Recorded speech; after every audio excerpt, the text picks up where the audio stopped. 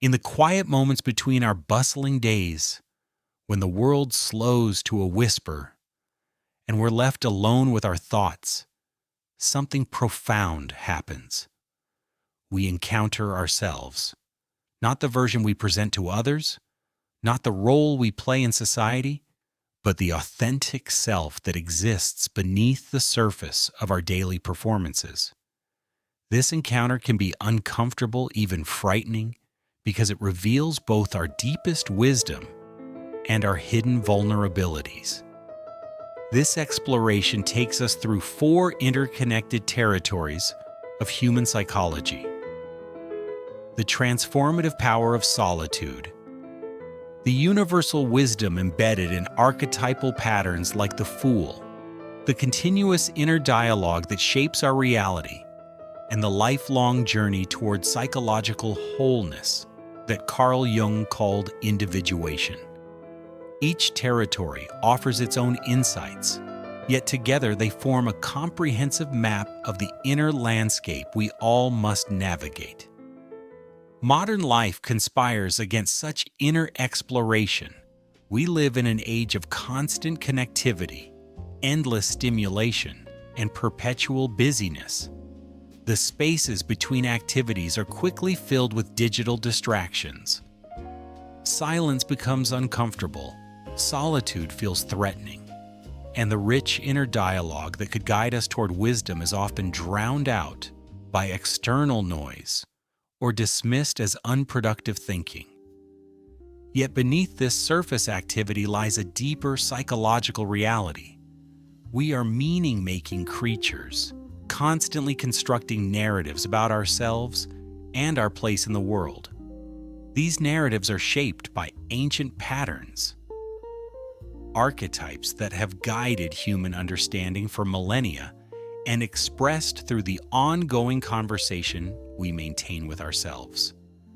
The quality of this inner relationship determines not only our personal well-being, but also our capacity for authentic connection with others. The journey we're about to undertake isn't merely academic.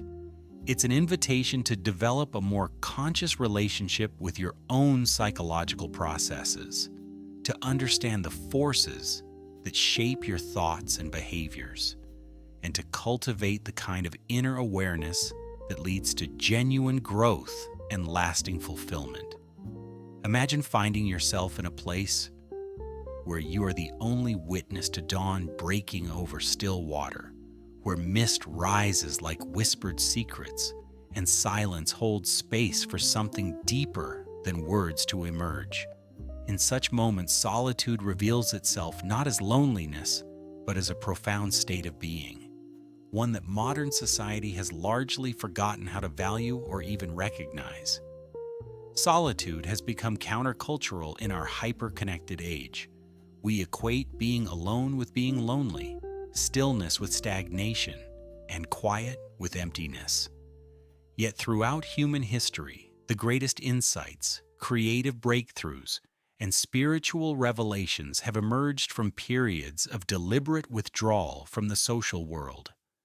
The capacity to be alone, truly alone, without distraction or entertainment, represents one of the most sophisticated achievements of human consciousness.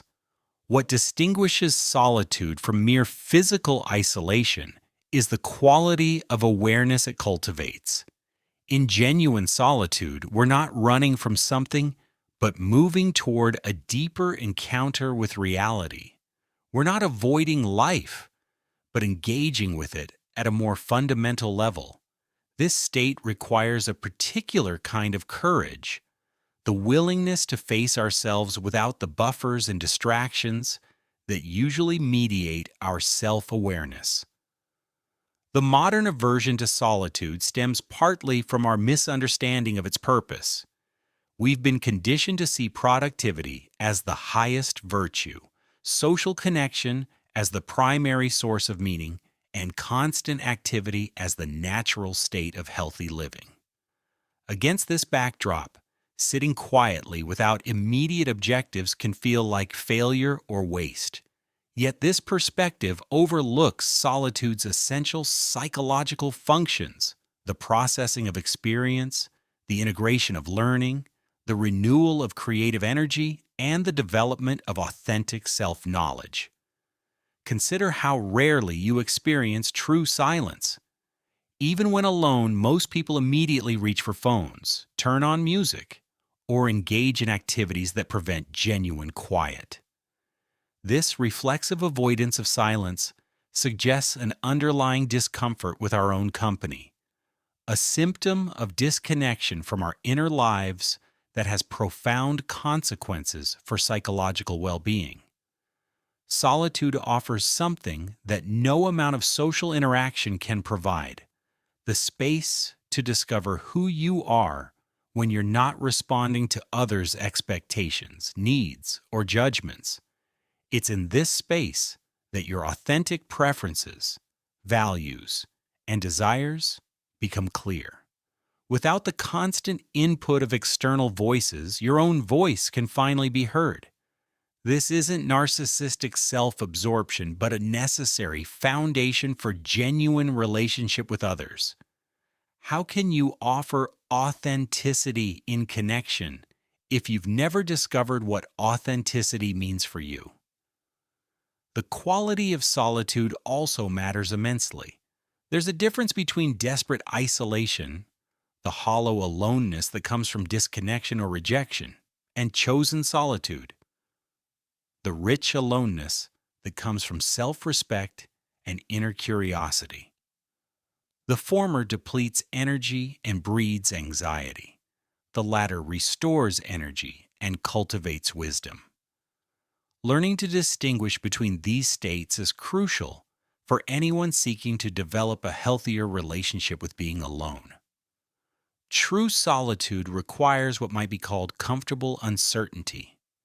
Instead of filling silence with mental chatter or external stimulation, we learn to rest in the unknown space between thoughts, between activities, between identities.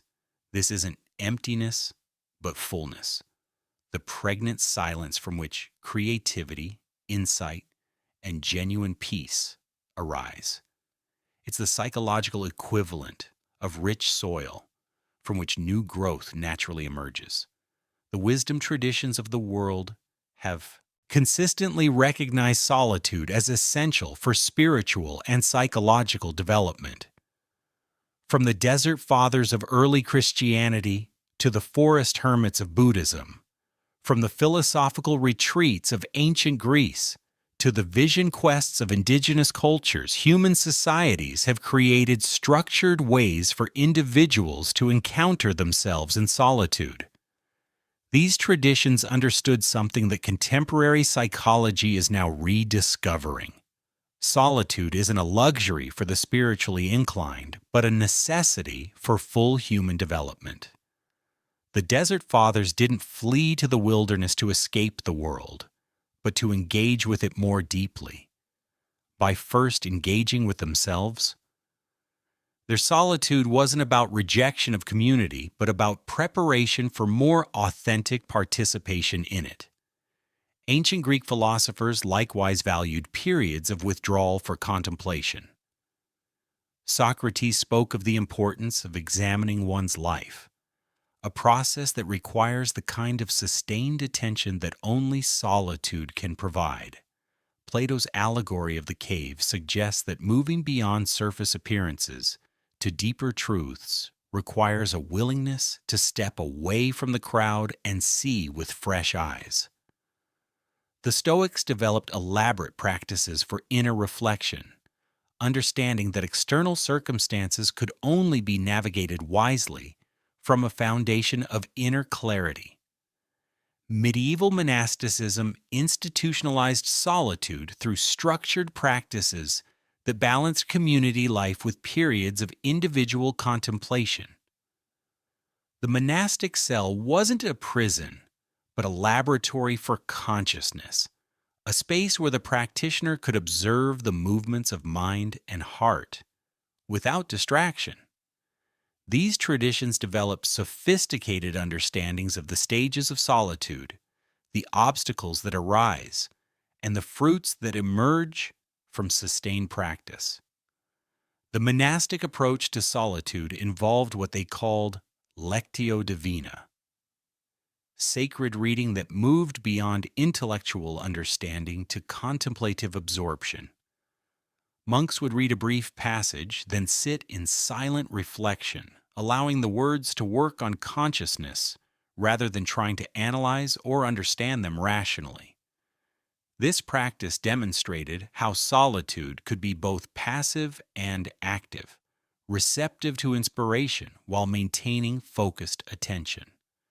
The desert tradition also recognized that solitude brings us face to face with what they called demons, not literal supernatural entities, but the psychological patterns that emerge when external distractions are removed. The Desert Fathers became sophisticated psychologists, mapping the territory of inner experience and developing strategies for working with difficult mental and emotional states. Their insights about acedia, spiritual dryness, vainglory, anger, and despair remain remarkably relevant for contemporary understanding of psychological obstacles.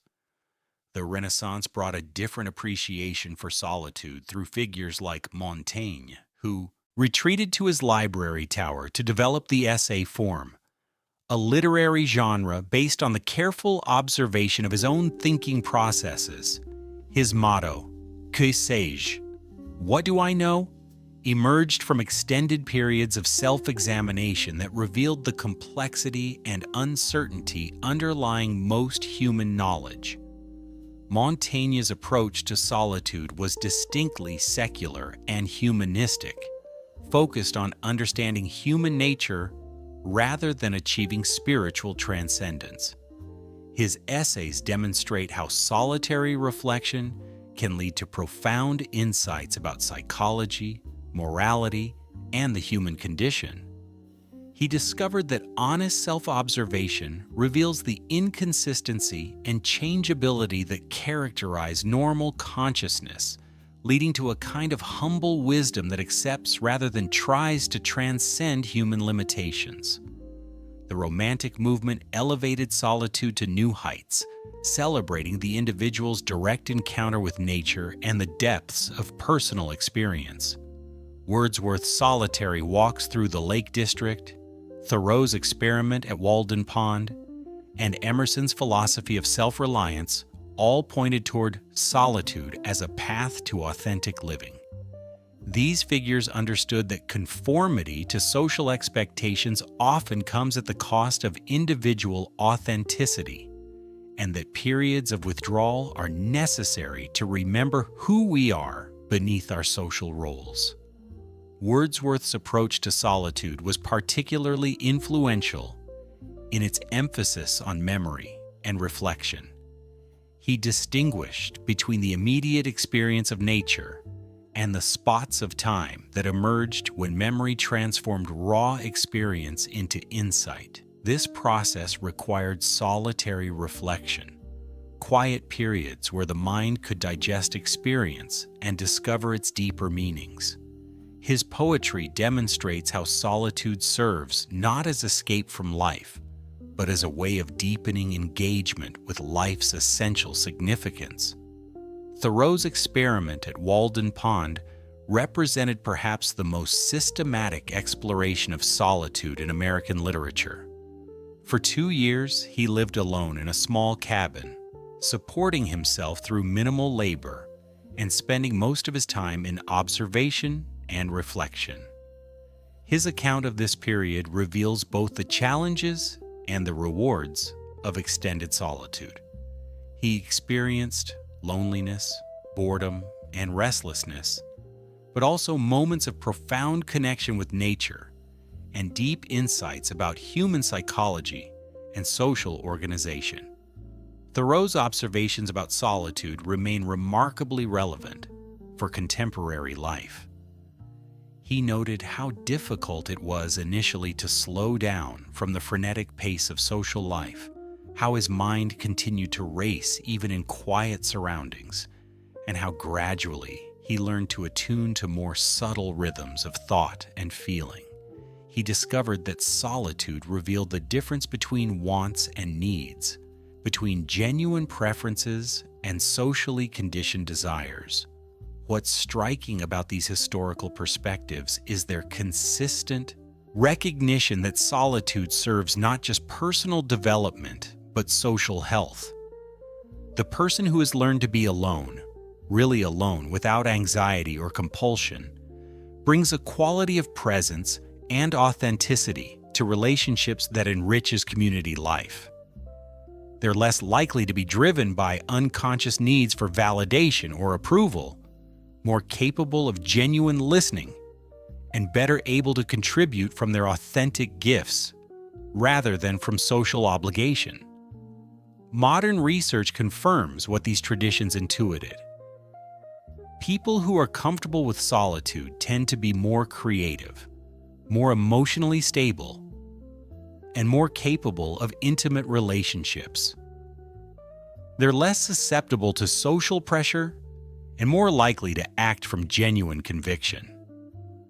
The capacity for solitude correlates with psychological maturity in ways that suggest it's not an optional aspect of development, but a foundational requirement. Yet contemporary culture has largely lost these wisdom-based approaches to solitude. We've replaced meaningful withdrawal with entertainment-based isolation, substituted digital connection for genuine community, and confused busyness with purposeful living. The result is a culture of people who are constantly surrounded yet profoundly alone, perpetually stimulated, yet spiritually starved. Recovering a healthy relationship with solitude requires understanding it not as an escape from life, but as an engagement with life at its deepest level. It means learning to distinguish between the solitude that heals and the isolation that wounds, between the silence that nourishes and the emptiness that depletes. Most importantly, it means recognizing that in a culture that profits from our distraction and dependence, the capacity for solitude represents a form of spiritual and psychological freedom. Modern psychological research has begun to catch up with what contemplative traditions have long understood about the benefits of solitude. Studies consistently show that people who spend regular time alone, not just physically isolated, but genuinely engaged in solitary reflection, demonstrate higher levels of creativity, emotional regulation, and life satisfaction. The mechanisms behind these benefits are beginning to be understood. Solitude appears to activate what neuroscientists call the default mode network, a pattern of brain activity that occurs when we're not focused on external tasks. This network is associated with self-reflection, moral reasoning, remembering the past, and envisioning the future. In other words, the brain uses unstimulated time to integrate experience and make meaning, processes that are essential for psychological health, but often interrupted by constant external input.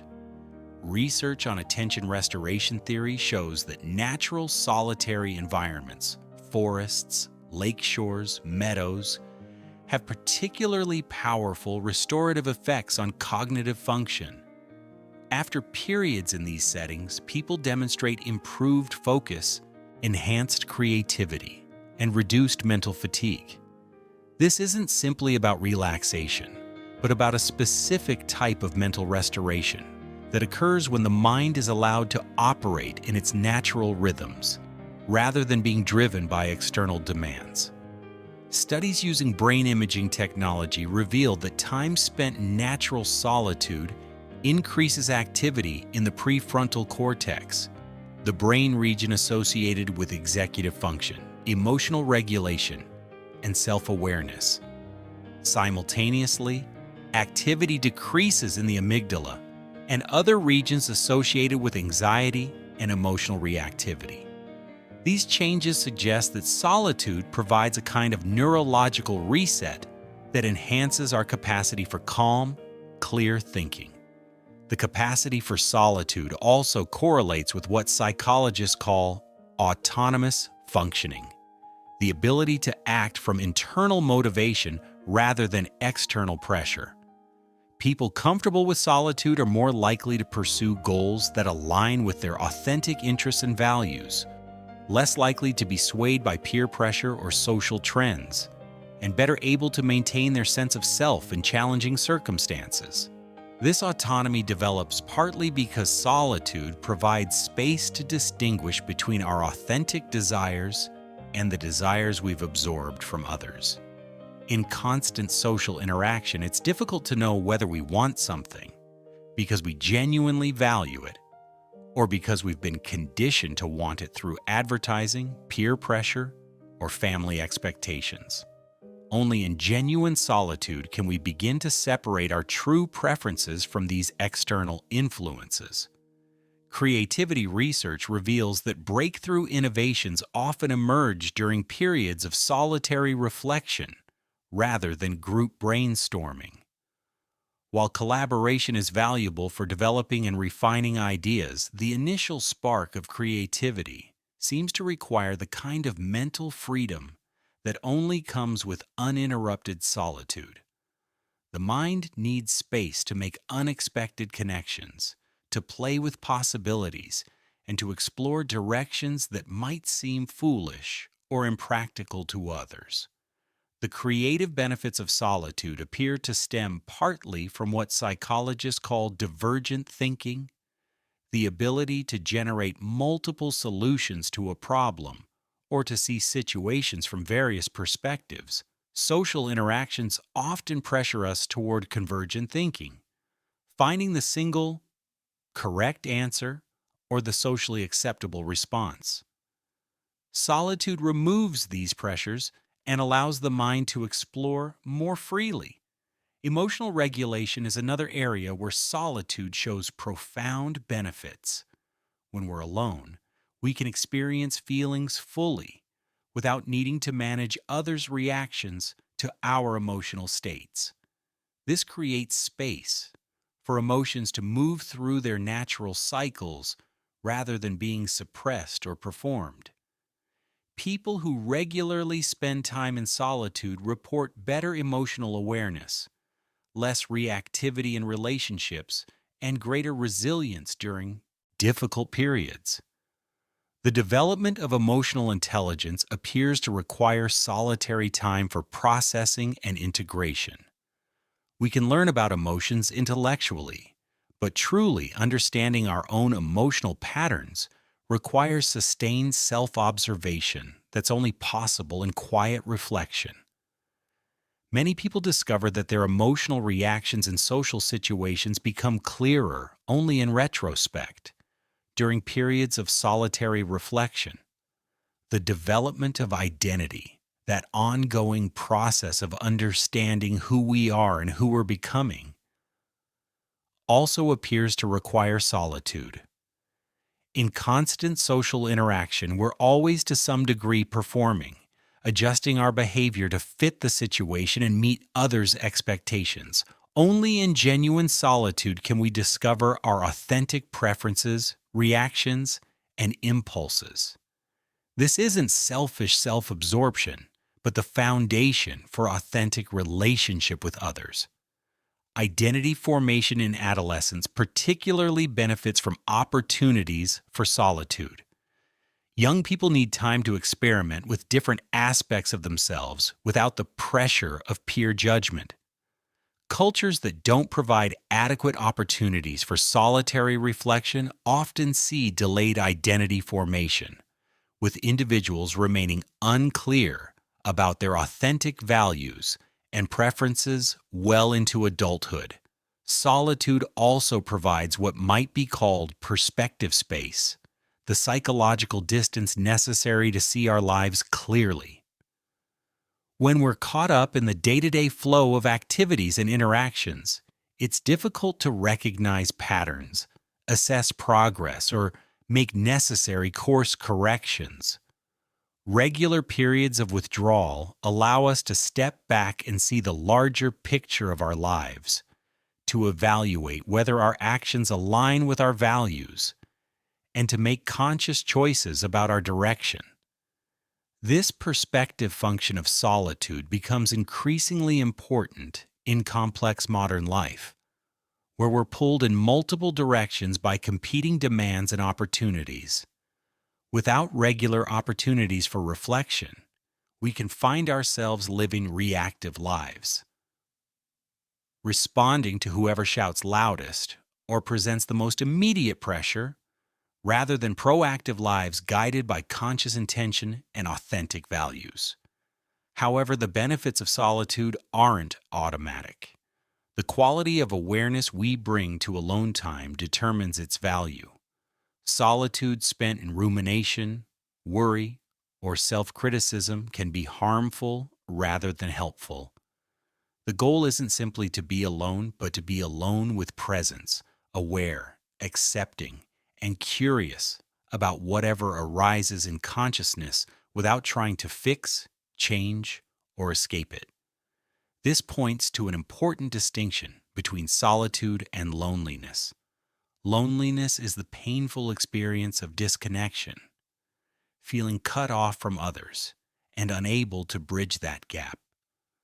Solitude, by contrast, is the peaceful experience of being complete in oneself, connected to one's own depths, and, through that connection, to the larger web of existence. People can be lonely in a crowd or peaceful in complete isolation. The determining factor is their relationship with themselves. Learning to cultivate beneficial solitude involves developing what contemplative traditions call witness consciousness, the capacity to observe your own thoughts, emotions, and sensations without being completely identified with them. This creates the psychological space necessary for choice and growth. Instead of being driven by unconscious patterns, you can begin to respond from awareness. The development of witness consciousness typically involves learning to observe mental activity without immediately reacting to it. Most people discover that their minds are much more active and chaotic than they realized. Thoughts arise constantly, often following associative patterns that seem random or driven by anxiety, desire, or memory. Learning to observe this mental activity without being swept away by it is fundamental to beneficial solitude. Many traditions teach specific techniques for developing witness consciousness. Mindfulness meditation, for example, involves sustained attention to present moment experience while noting when the mind wanders into planning, remembering, or fantasizing. This practice gradually builds the capacity to remain aware even when strong emotions or compelling thoughts arise. The modern challenge is creating genuine solitude in a culture designed to prevent it. This requires not just physical withdrawal, but also mental discipline, the ability to resist the constant pull of digital stimulation and the discomfort that initially arises when we stop the constant flow of input. Like any skill, the capacity for meaningful solitude develops with practice and intention. Technology presents particular challenges for contemporary solitude. Our devices are designed to be irresistible, using intermittent reinforcement schedules and other psychological techniques to create compulsive usage patterns. Many people find that they can't be alone for even brief periods without feeling anxious or compelled to check messages, social media, or news feeds. Breaking these technological addictions often requires gradual withdrawal rather than immediate abstinence. Some people benefit from designated device-free hours each day, gradually extending these periods as their tolerance for genuine quiet increases. Others find it helpful to create physical boundaries, keeping phones and computers in separate rooms during solitary time. The physical environment also significantly affects the quality of solitude. Spaces that feel safe, beautiful, and separate from daily concerns support deeper levels of inner reflection. This might mean finding outdoor locations away from crowds and noise, or creating indoor spaces specifically dedicated to quiet time. Even small changes, arranging a comfortable chair by a window, adding plants or artwork that evoke peace, can significantly enhance the solitary experience. Perhaps the most profound gift of solitude is the self-knowledge that emerges when we're not constantly responding to external demands and expectations. In genuine solitude, the masks we wear in social situations become unnecessary, and we can encounter ourselves with a clarity that's rarely possible in the midst of daily activities. This self-encounter isn't always comfortable. When we stop the constant activity and stimulation that usually occupies our attention, we often discover a landscape of inner experience that we've been avoiding. Unprocessed emotions rise to the surface. Difficult memories demand attention. Anxieties and insecurities that we've been managing through busyness reveal themselves clearly. This is why many people initially find solitude difficult or even frightening. We've grown accustomed to using external activities and relationships to regulate our internal states. When those buffers are removed, we face the raw reality of our inner lives. This can feel overwhelming, but it's also the beginning of genuine psychological freedom. The self-knowledge that emerges from solitude is different from the self-concepts we develop through social feedback. Other people's reactions to us, while valuable, are inevitably filtered through their own histories, needs, and limitations. In solitude, we can begin to distinguish between who we actually are and who we think we should be, based on others' expectations or our own internalized criticism. This process often reveals the gap between our authentic nature and the persona we've developed to navigate social situations. The persona isn't inherently problematic. We need social skills and the ability to adapt to different contexts. But when the persona becomes so dominant that we lose touch with our authentic self, psychological problems inevitably arise. We begin to feel empty, disconnected, or like we're living someone else's life. Solitude provides the space to remember who we were before we learned to perform for others' approval. This isn't a regression to childhood, but a recovery of the spontaneous, curious, creative aspects of ourselves that may have been buried under layers of social conditioning. In solitude, we can reconnect with our natural rhythms, preferences, and ways of being that reflect our authentic nature rather than learned patterns. Many people discover that their authentic self differs significantly from the identity they've constructed for social consumption. Someone who presents as confident and outgoing might discover a deep need for quiet and contemplation. Someone who appears serious and responsible might find playful and creative impulses emerging in solitude.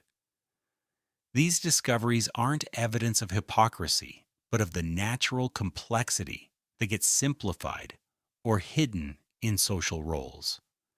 The self-knowledge that emerges isn't just personal, but transpersonal.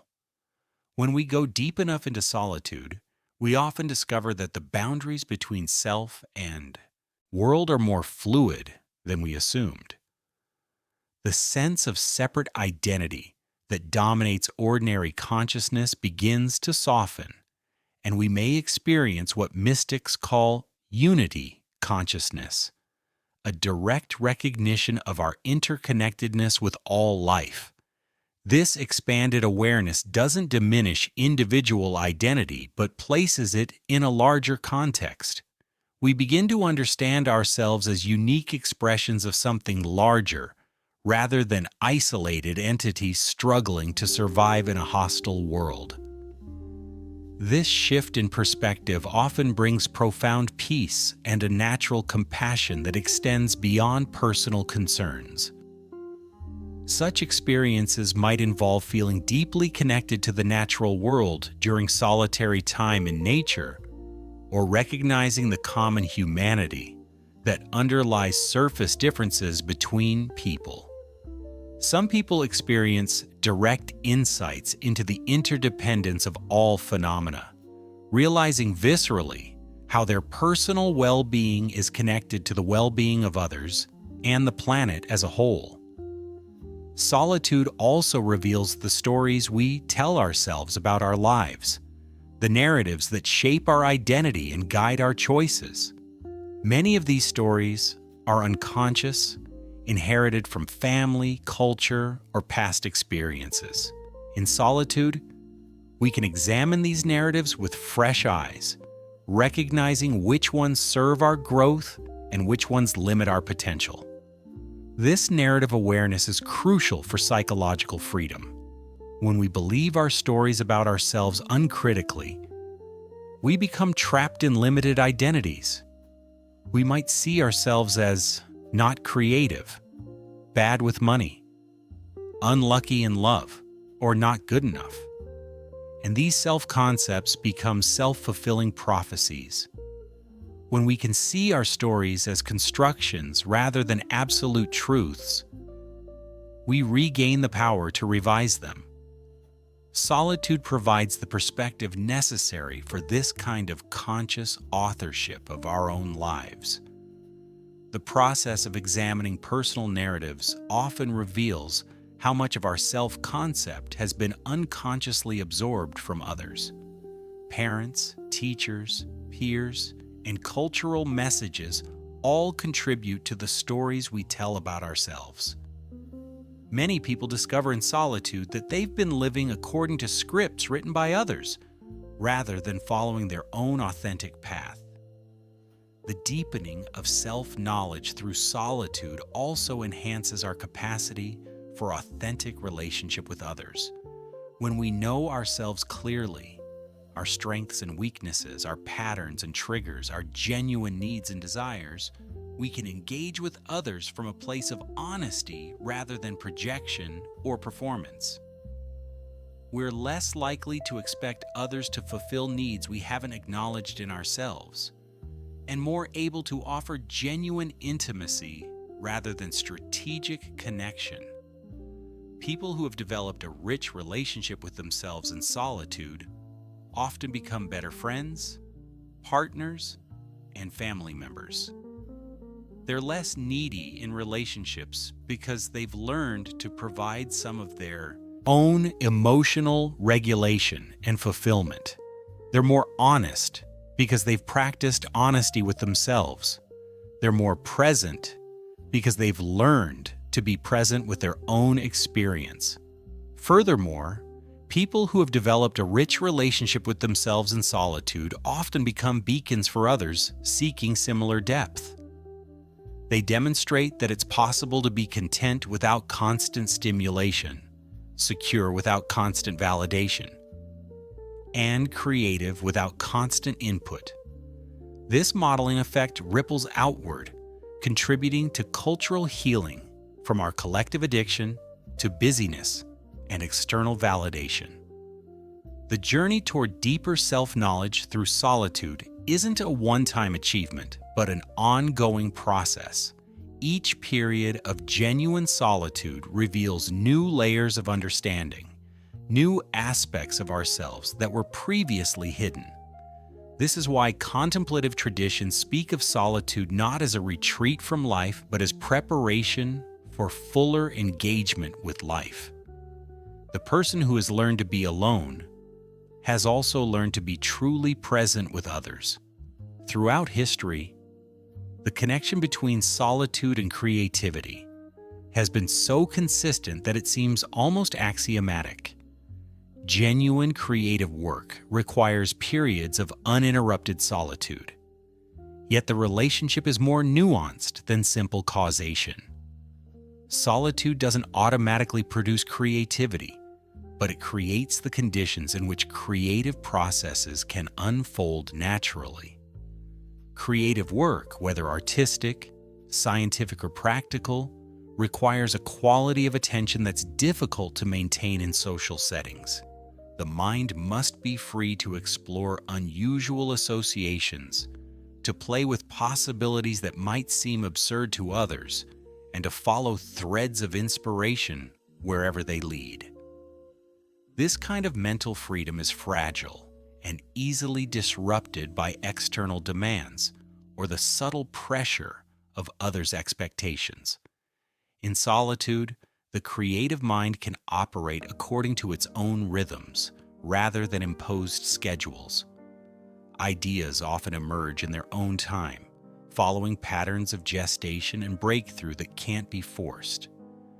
Many creators report that their best insights come not through effortful thinking, but through a kind of receptive waiting, being present and available for whatever wants to emerge from the unconscious. This receptive quality is what distinguishes creative solitude from mere isolation. The goal isn't to escape from life, but to create space for new life to emerge. Creative solitude is characterized by a particular kind of alertness, relaxed yet attentive, open yet focused. It's the psychological equivalent of the gardener who prepares soil and then waits patiently for seeds to sprout. Research on creativity confirms what artists have long known intuitively. Breakthrough innovations often occur during periods of apparent inactivity. The incubation effect, de Ressenet, describes how stepping away from active problem solving allows the unconscious mind to continue working on challenges, often producing insights that couldn't be reached through deliberate effort. Walking alone, sitting quietly, or engaging in routine solitary activities can trigger these breakthrough moments. The neuroscience of creativity reveals why solitude is so crucial for innovation. Creative insights appear to emerge when different brain networks, usually operating separately, suddenly connect in novel ways. This integration is more likely to occur when the mind isn't occupied with immediate tasks or social demands. The default mode network, activated during restful solitude, facilitates the kind of broad associative thinking that underlies creative breakthroughs. The relationship between solitude and creativity also involves what psychologists call cognitive flexibility, the ability to shift between different ways of thinking and to see situations from multiple perspectives. Social situations often require us to maintain consistent viewpoints and to communicate in ways that others can easily understand. In solitude, we're free to entertain contradictory ideas, to think in metaphors and images, and to explore mental territories that might seem strange or unacceptable to others.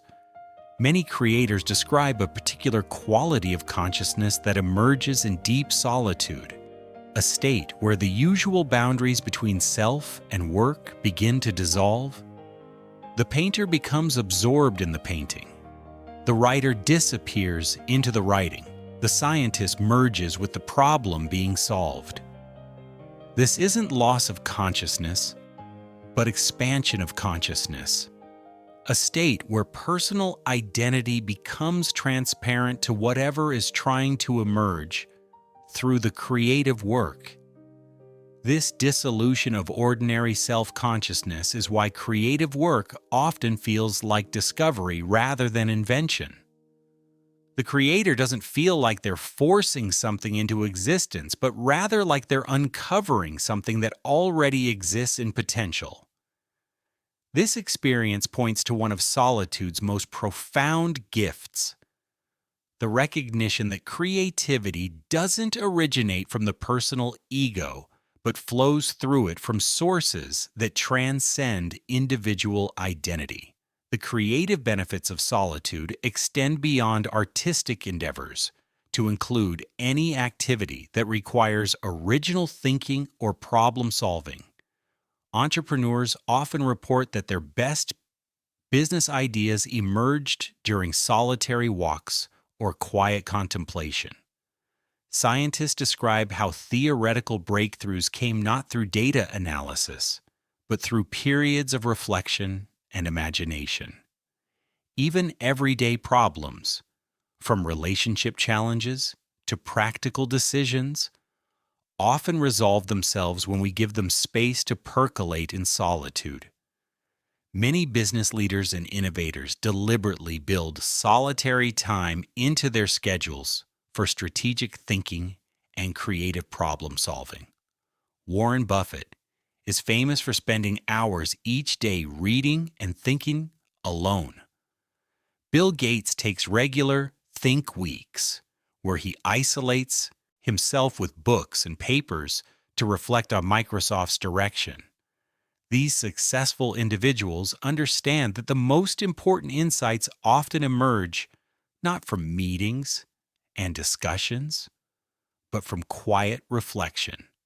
However, creative solitude requires a particular kind of relationship with uncertainty and discomfort. The creative process inevitably involves periods of confusion, frustration, and apparent failure.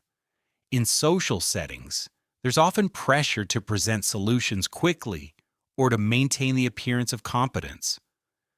In solitude, we can tolerate not knowing, can sit with problems longer, and can allow solutions to emerge in their own time. This tolerance for uncertainty is crucial for significant creative work, which often involves venturing into uncharted territory. The creator must be willing to leave behind the safety of proven approaches and conventional wisdom. This requires a kind of courage that's easier to maintain in solitude, where there's no immediate pressure to justify unconventional directions or to produce immediate results. The development of creative confidence also benefits from solitude. Many people discover that they're more creative than they realized once they give themselves permission to explore without judgment or external evaluation.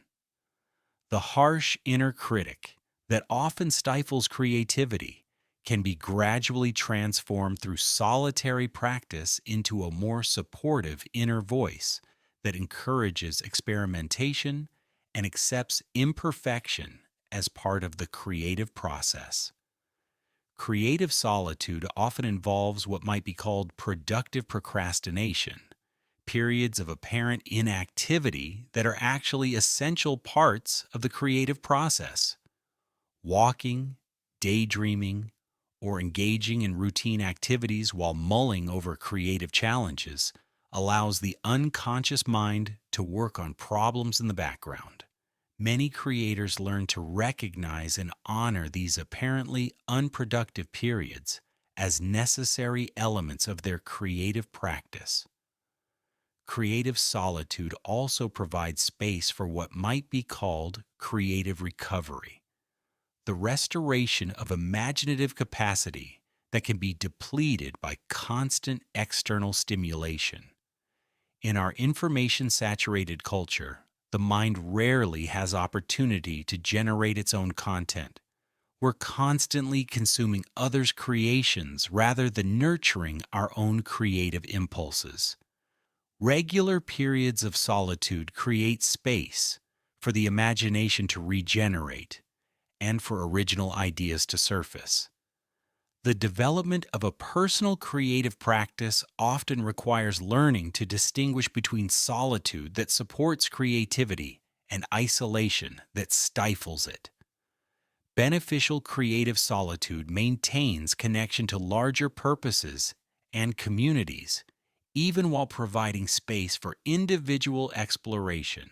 The hermit who never shares their work becomes disconnected from the feedback and inspiration that fuel continued growth. The most effective creators find ways to balance solitary creative work with meaningful connection to others. The fruits of creative solitude ultimately benefit not just the individual creator, but the larger community. The insights, innovations, and artistic expressions that emerge from solitary work often address collective needs and challenges.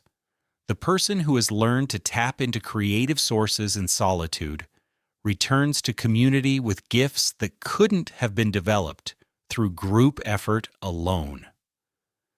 Despite the profound benefits of solitude, contemporary life presents unprecedented obstacles to experiencing genuine alone time.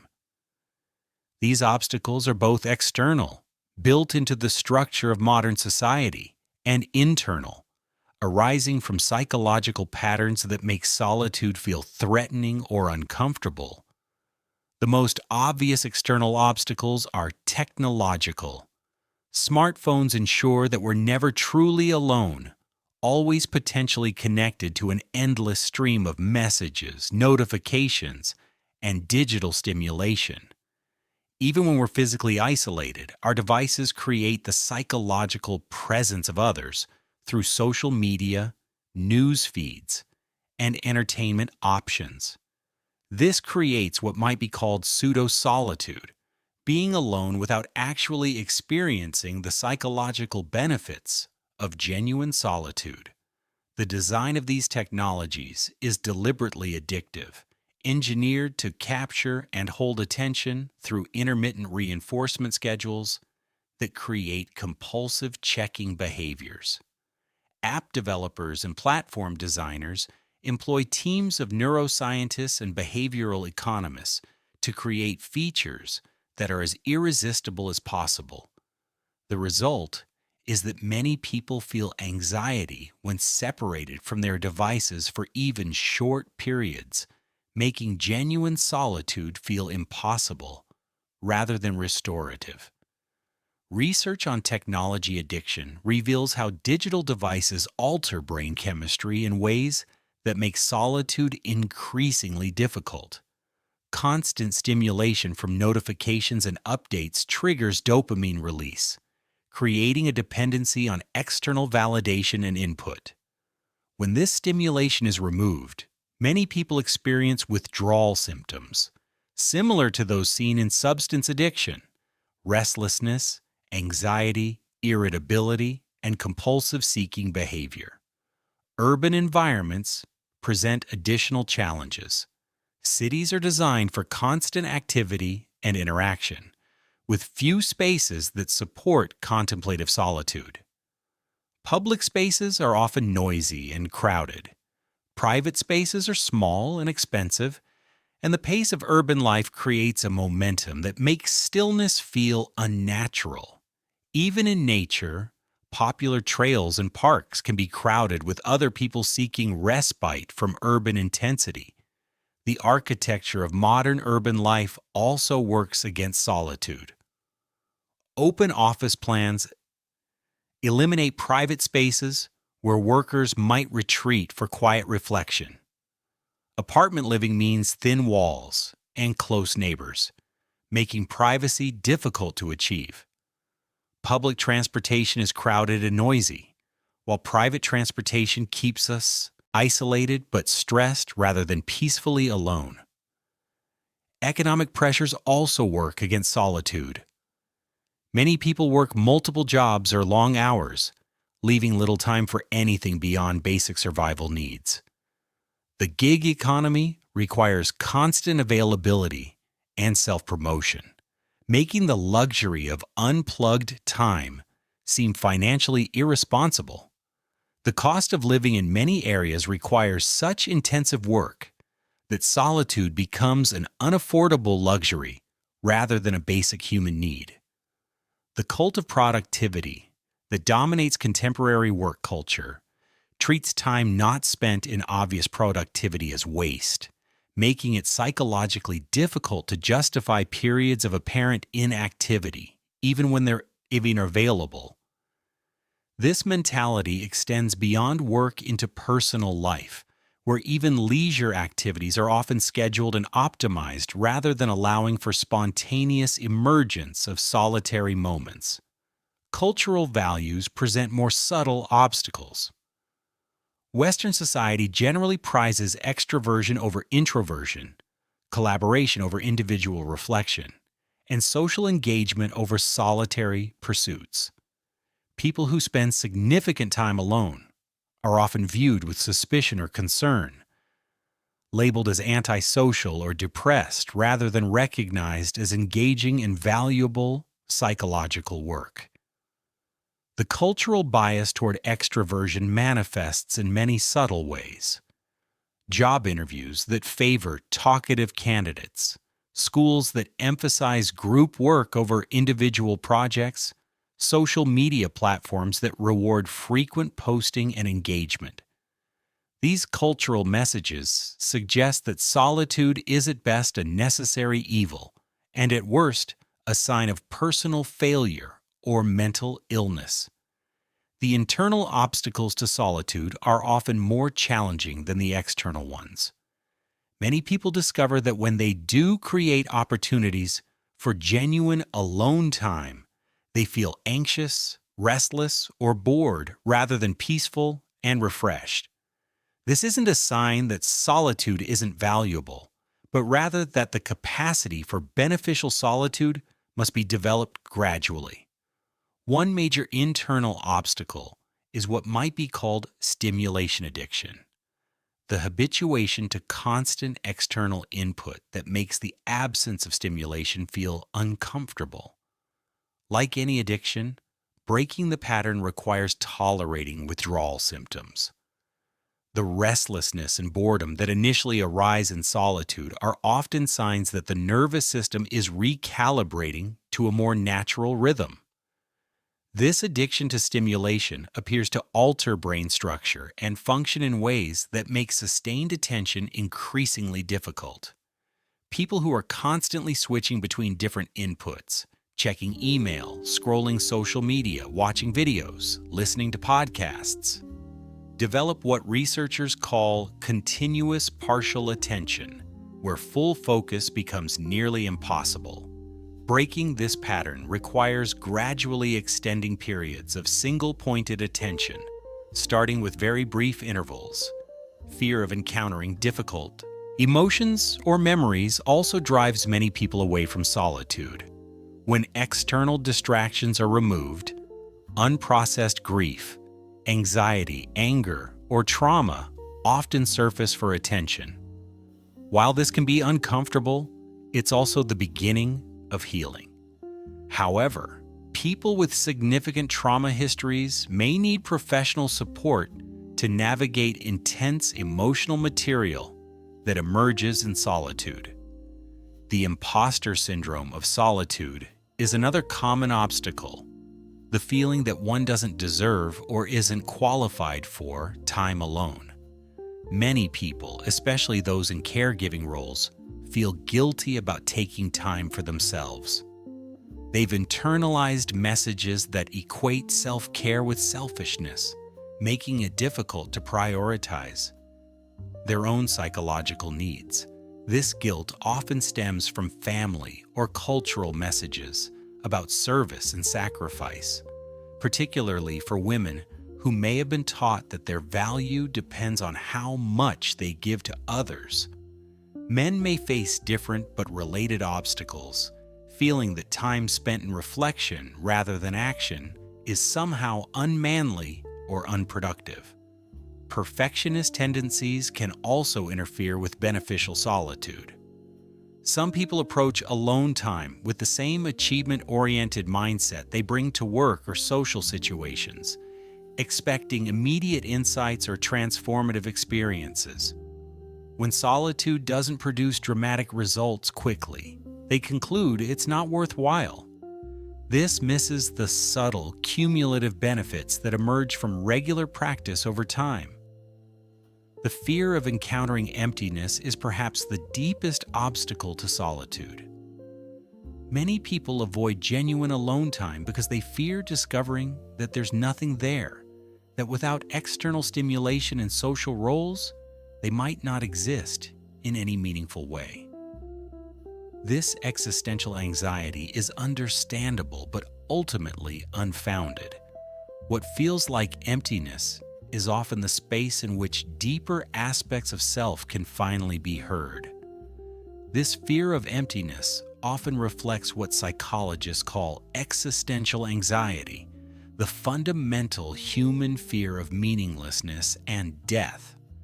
When external distractions are removed, these core anxieties can surface, creating intense discomfort. However, facing these fears directly often reveals them to be less solid and threatening than they appeared when avoided. Social conditioning around gender also creates obstacles to solitude. Men may feel that time spent in reflection rather than action is unmanly, while women may feel that prioritizing solitude over relationship maintenance is selfish. These cultural messages override natural psychological needs and prevent many people from accessing solitude's benefits. Overcoming these obstacles requires both practical strategies and attitude shifts. Practically, it means creating boundaries around technology use, it means scheduling regular alone time as non-negotiable self-care, and finding or creating physical spaces that support contemplative solitude. It may mean starting with very brief periods and gradually extending them as comfort with alone time increases. The attitude shifts are often more challenging, but ultimately more important. Learning to see solitude not as selfish indulgence, but as psychological necessity, not as escape from responsibility, but as preparation for more effective engagement, not as withdrawal from life, but as deeper participation in life's essential processes. Most importantly, developing a capacity for beneficial solitude requires patience and self-compassion. The skills involved, tolerating uncertainty, sitting with difficult emotions, maintaining attention without external stimulation, develop gradually through practice. Each period of genuine solitude, however brief or challenging, contributes to building this essential human capacity. Learning to experience beneficial solitude is like learning any other skill. It requires understanding, practice, and patience. The capacity for meaningful alone time isn't innate, but developed through conscious effort and gradual habituation to increasingly longer periods without external stimulation or social interaction. The first step in cultivating healthy solitude is distinguishing it clearly from isolation, loneliness, or withdrawal. Healthy solitude is chosen rather than imposed, entered into with curiosity rather than avoidance, and characterized by presence rather than escape. It's not about running away from life, but about creating space to engage with life more deeply. Beginning practitioners often benefit from starting with very brief periods, perhaps 5 to 10 minutes of sitting quietly without any agenda beyond being present to whatever arises in consciousness. This isn't meditation in the formal sense, but simply practice in being alone with awareness. The goal isn't to achieve any particular state, but to develop comfort with unstructured time and internal experience. Even these brief initial periods can reveal important information about our relationship with solitude.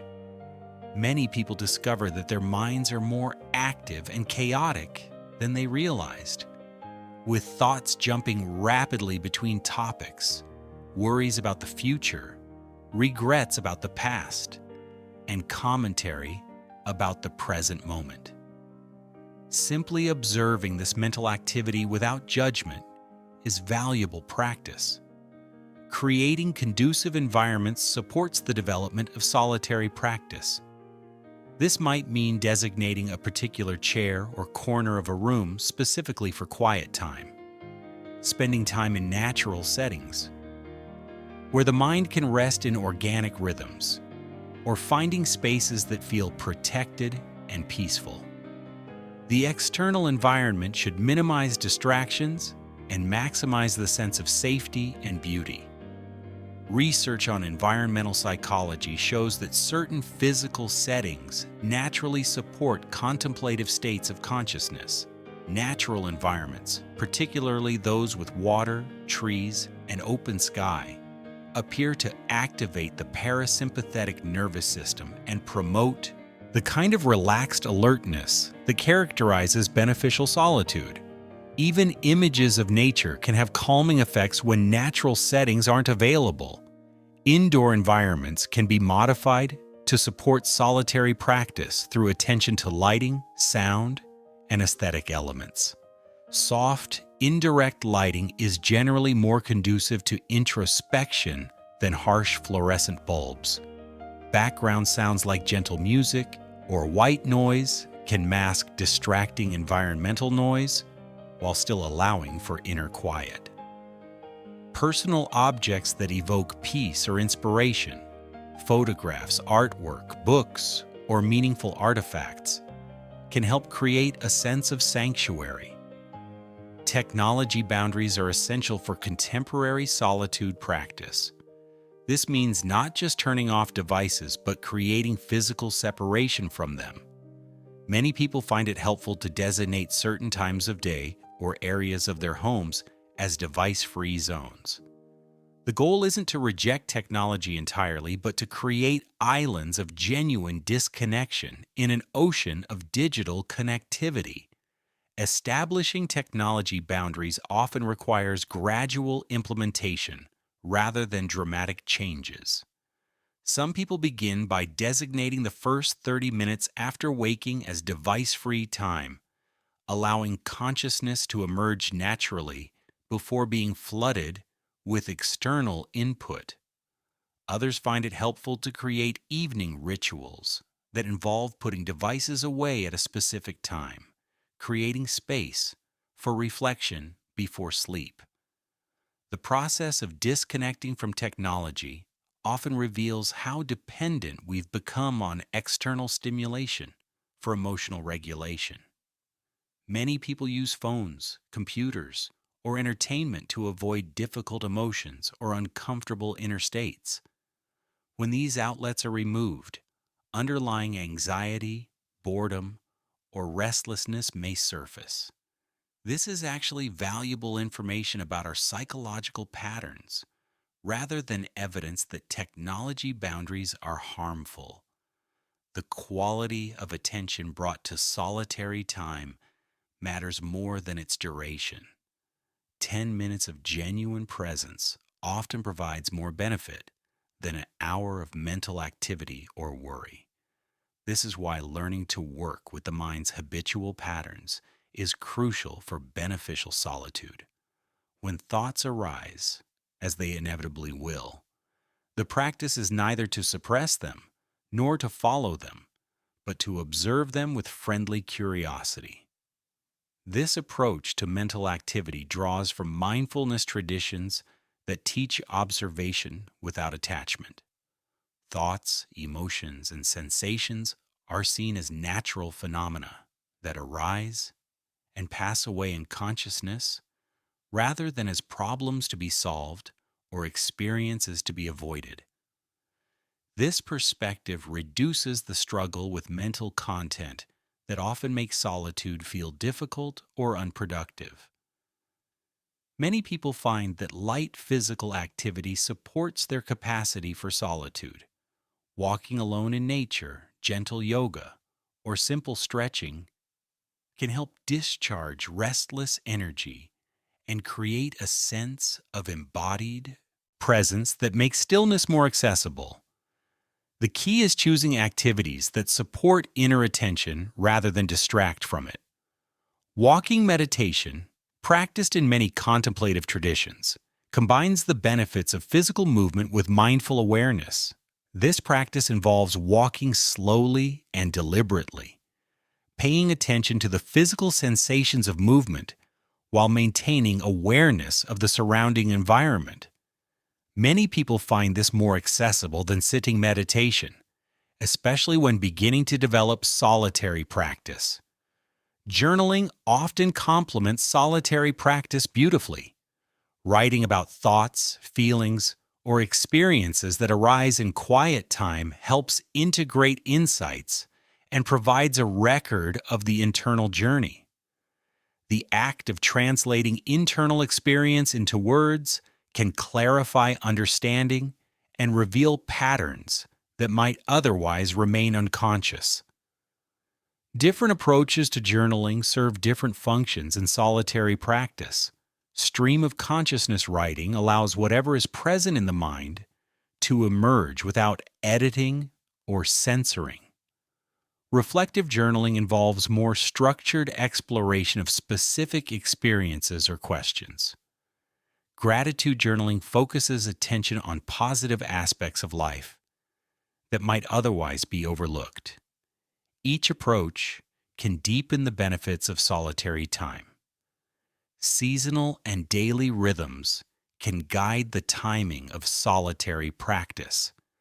Many people find dawn and dusk especially conducive to quiet reflection, perhaps because these transitional times naturally invoke a more contemplative state of consciousness. Similarly, the changing seasons offer opportunities for different kinds of solitary experience. The stark clarity of winter, the renewal of spring, the abundance of summer, the letting go of autumn.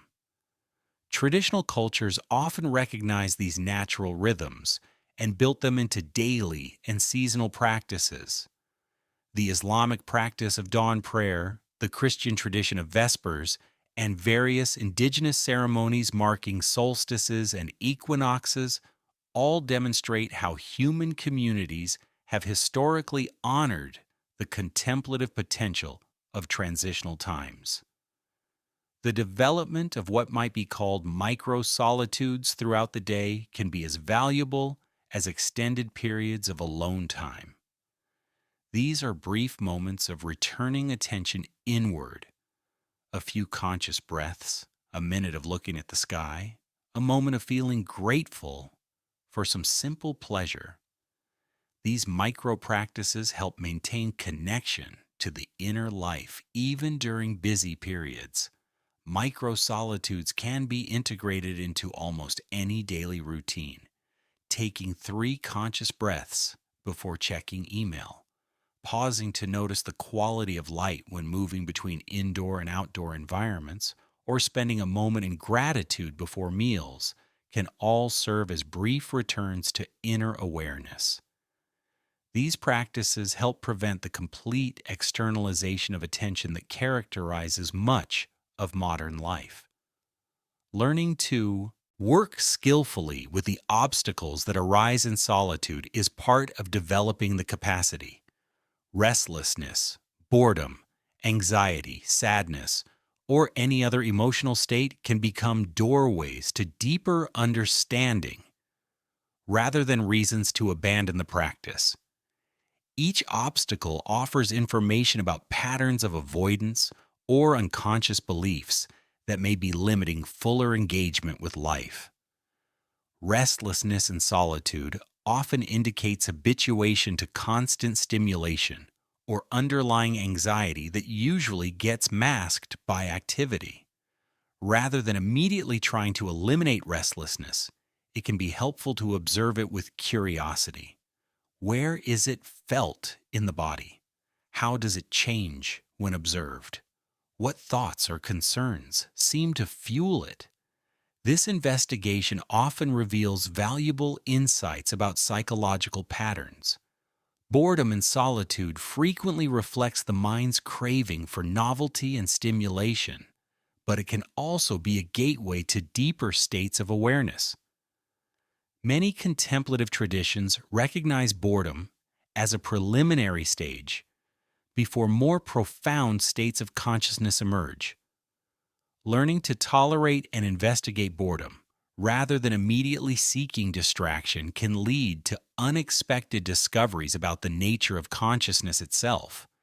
The social dimension of solitude also deserves attention, People developing a regular solitary practice often need to educate family members or friends about its value and negotiate boundaries around uninterrupted time. This can be challenging in cultures that don't understand or value contemplative practices, but it's essential for maintaining consistency. Family members may interpret solitary practice as rejection or withdrawal, especially if they haven't been educated about its benefits. Children may feel abandoned when parents take time for solitude, while partners may feel excluded or concerned about the relationship. Open communication about the purposes and benefits of solitary practice can help address these concerns. In some cases, it may be helpful to model solitary practice for family members rather than just explaining it. When children see parents engaging in regular periods of calm reflection, they often become curious and may develop their own capacities for beneficial solitude. Partners who initially resist or worry about solitary practice often become supportive when they observe its positive effects on mood and relationship quality. Advanced practitioners often discover that healthy solitude naturally leads to enhanced capacity for connection with others. Time spent in genuine solitude tends to discharge the psychological reactivity and unconscious neediness that often complicate relationships. When we're not using others to avoid ourselves, we can be more present, authentic, and genuinely helpful in social situations. This improved quality of presence in relationships appears to stem from several factors. Solitary practice develops emotional regulation skills that prevent us from unconsciously dumping our internal states on others. It also creates familiarity with our own psychological patterns, making us less likely to project them onto friends or family members. Most importantly, it provides an internal source of fulfillment that reduces desperate attachment to others for emotional stability. The fruits of cultivated solitude extend far beyond the time spent alone. Regular practitioners often report increased creativity, emotional stability, clarity about life direction, and a sense of inner security that doesn't depend on external circumstances. They become less susceptible to social pressure and more capable of independent thought and action. Perhaps most importantly, the development of a rich inner life through solitary practice creates a portable sanctuary that's always available regardless of external circumstances. Once established, this capacity for inner refuge provides stability and wisdom that enhance every aspect of life. The person who has learned to be truly alone has also learned to be truly present wherever they are.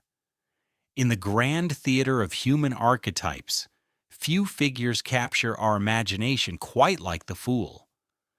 Neither purely comic relief nor simple buffoon, the archetypal fool embodies one of humanity's most profound paradoxes: the notion that wisdom often appears in the guise of foolishness, and that sometimes the deepest truths can only be spoken by those who have permission to be ridiculous.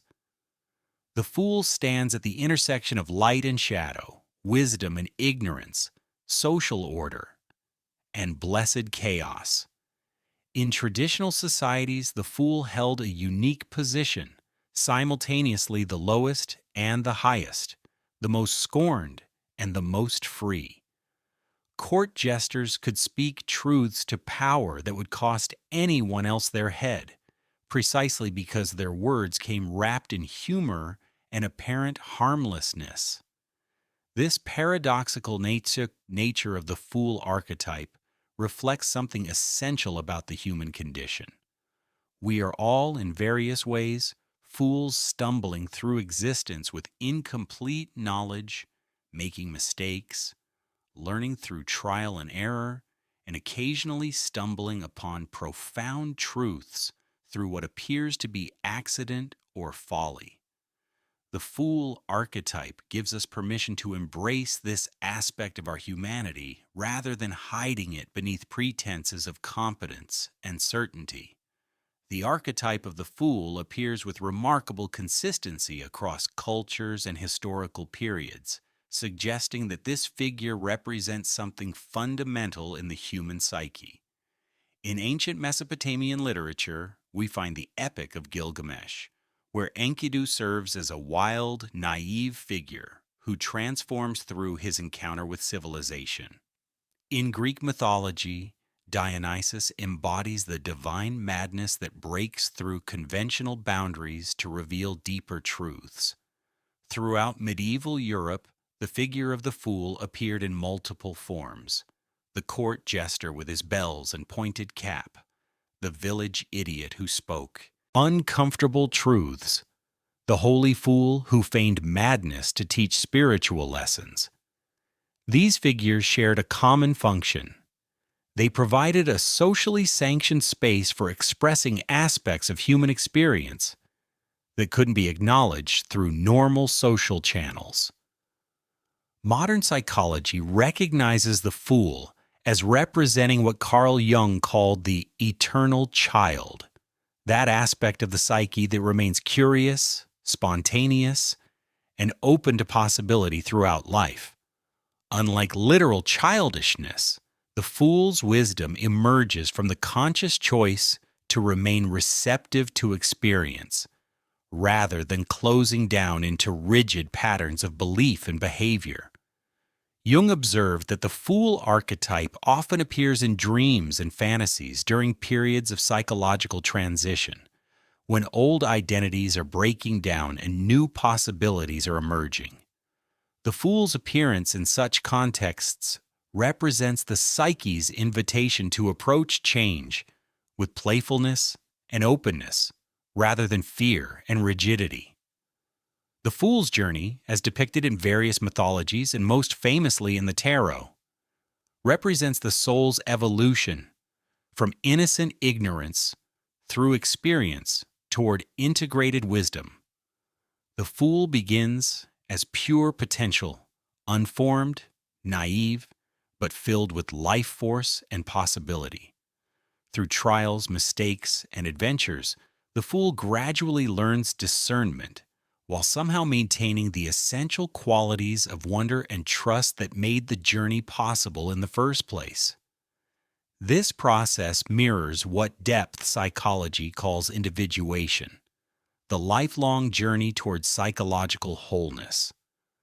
Like the archetypal fool, the individuating person must be willing to leave behind the safety of conventional thinking, to risk appearing foolish in order to discover authentic truth. The willingness to be seen as a fool becomes, paradoxically, a mark of wisdom. In psychological terms, the fool represents several crucial capacities that are often suppressed in achievement-oriented cultures. The fool embodies cognitive humility, the recognition that our knowledge is always incomplete and potentially mistaken. This humility keeps the mind open to new information and prevents the psychological rigidity that comes from needing to maintain an image of competence and certainty. Research in cognitive psychology reveals that people who maintain epistemic humility, awareness of the limits of their knowledge, are better learners, more creative problem solvers, and more emotionally resilient than those who overestimate their competence. The fool's admission of ignorance aligns with what researchers have identified as crucial for psychological health and effective functioning. The fool archetype also embodies the principle of beginner's mind, the Zen concept of approaching each situation with fresh eyes rather than relying on previous knowledge or assumptions. The fool's ignorance is often more useful than the expert's knowledge because it allows for perception of what's actually present rather than what should be present according to established frameworks. This beginner's mind proves particularly valuable in times of rapid change or unprecedented challenges. When established approaches prove inadequate, the fool's willingness to admit ignorance and try new approaches becomes a survival advantage. Many successful entrepreneurs and innovators report that their breakthroughs came not from expertise, but from naive questioning of assumed limitations. The fool's wisdom also involves a particular relationship to failure and mistake-making. While most people try to avoid errors or hide them when they occur, the fool recognizes failure as an essential part of learning. The fool fails openly, learns from mistakes quickly, and moves forward without the burden of shame or the need to maintain an image of infallibility. This healthy relationship to failure reflects what psychologists call a growth mindset, the belief that abilities and intelligence can be developed through effort and learning. People with growth mindsets are more resilient in the face of setbacks, more likely to take on challenging tasks, and more successful in achieving long-term goals than those who believe their abilities are fixed. The fool's casual acceptance of failure eliminates the psychological energy that most people waste on shame, defensiveness, and blame. This energy becomes available for learning, creativity, and forward progress. The fool's approach to failure demonstrates that perfectionism isn't necessary for success and may actually interfere with achievement by creating fear and rigidity. The archetypal fool also represents the capacity for play, that seemingly frivolous activity that actually serves crucial psychological functions throughout the lifespan. Play involves experimentation without predetermined outcomes, tolerance for ambiguity, and focus on process rather than results. These qualities are essential for creativity, learning, and psychological flexibility. Research in developmental psychology shows that play serves different but important functions at every life stage. Children learn fundamental skills about themselves and the world through play. Adolescents explore identity and social roles through playful experimentation. Adults maintain psychological flexibility and discover new possibilities through play. Even elderly individuals benefit from playful engagement with life, maintaining cognitive function and emotional well-being. The fool's playfulness differs from mere entertainment or escapism because it remains engaged with reality rather than avoiding it. The fool plays with possibilities, experiments with different approaches to real problems, and uses humor to find fresh perspectives on difficult situations.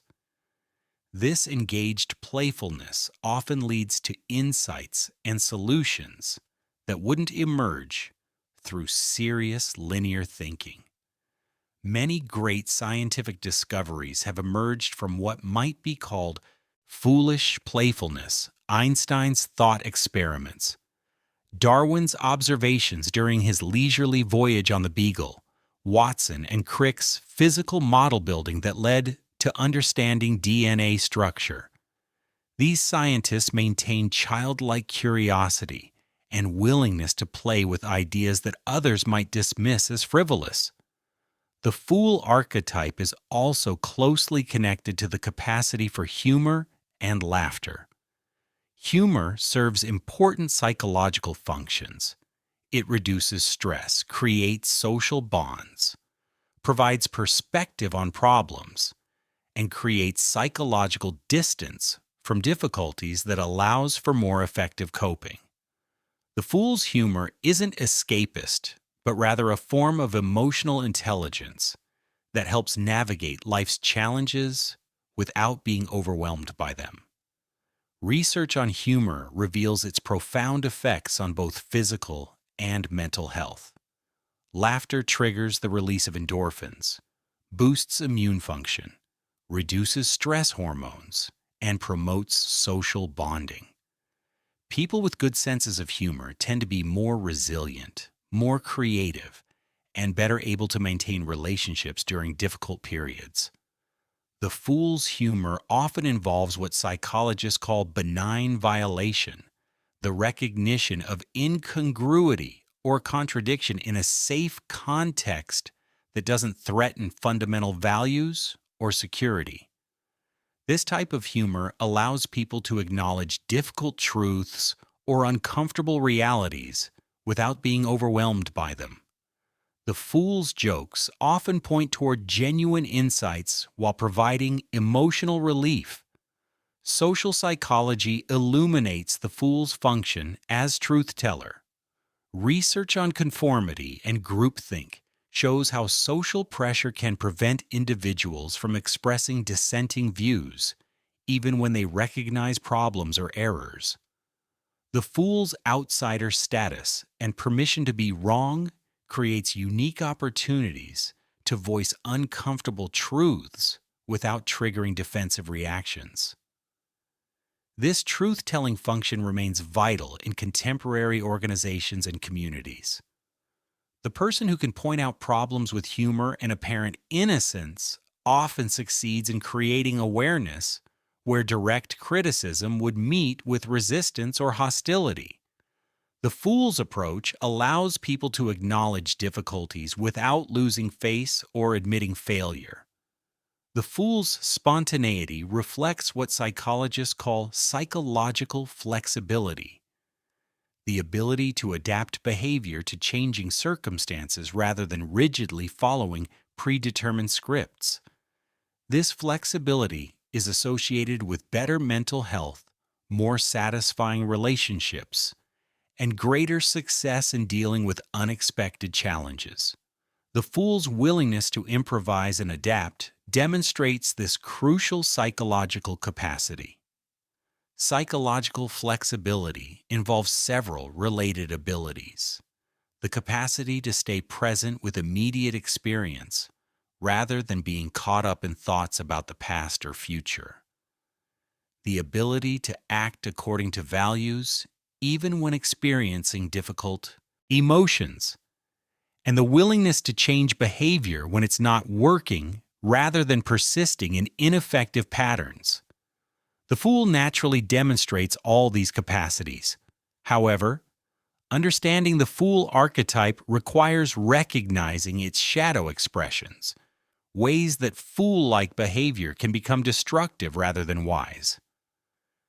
The shadow of the fool appears when apparent innocence or spontaneity serves unconscious rather than conscious purposes, when playfulness becomes avoidance of responsibility, or when humor becomes a weapon for attacking others while avoiding accountability.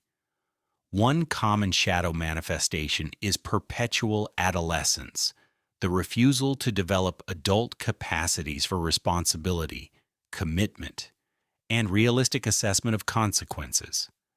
This pseudo-foolishness uses the archetype's permission to be naive as an excuse to avoid growing up psychologically. The person caught in this pattern may charm others with spontaneity while leaving behind broken commitments and emotional damage. True foolishness involves conscious choice about when to embrace uncertainty or take risks, while shadow foolishness represents compulsive avoidance of adult challenges. The authentic fool takes responsibility for the consequences of their choices, even when those choices appear unwise to others. The shadow fool expects others to clean up the messes created by their spontaneous decisions. Another shadow expression involves using apparent foolishness as passive aggression or manipulation. Some individuals learn to weaponize others' affection for fool-like qualities, playing innocent when confronted about harmful behavior. This calculated innocence allows them to avoid accountability, while positioning themselves as victims of others' unreasonable expectations. The fool's comfort with uncertainty can also manifest in shadow form as chronic indecision or commitment phobia.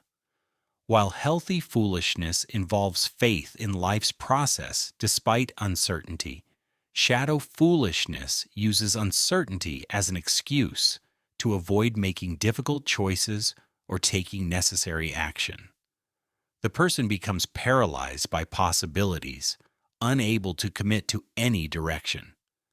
Understanding these shadow expressions helps distinguish between authentic foolishness that serves growth and psychological maturity and defensive patterns that masquerade as wisdom while actually avoiding responsibility and authentic engagement with life.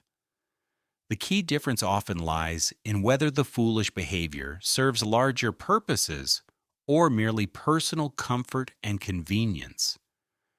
The integration of healthy fool-like qualities into adult personality involves developing what might be called selective foolishness, the wisdom to know when conventional wisdom should be questioned, when risks are worth taking, and when the appearance of competence is less important than authentic engagement with reality. This selective approach requires both courage and discernment. It means being willing to appear naive or incompetent when learning something new, while also developing genuine skills and knowledge over time.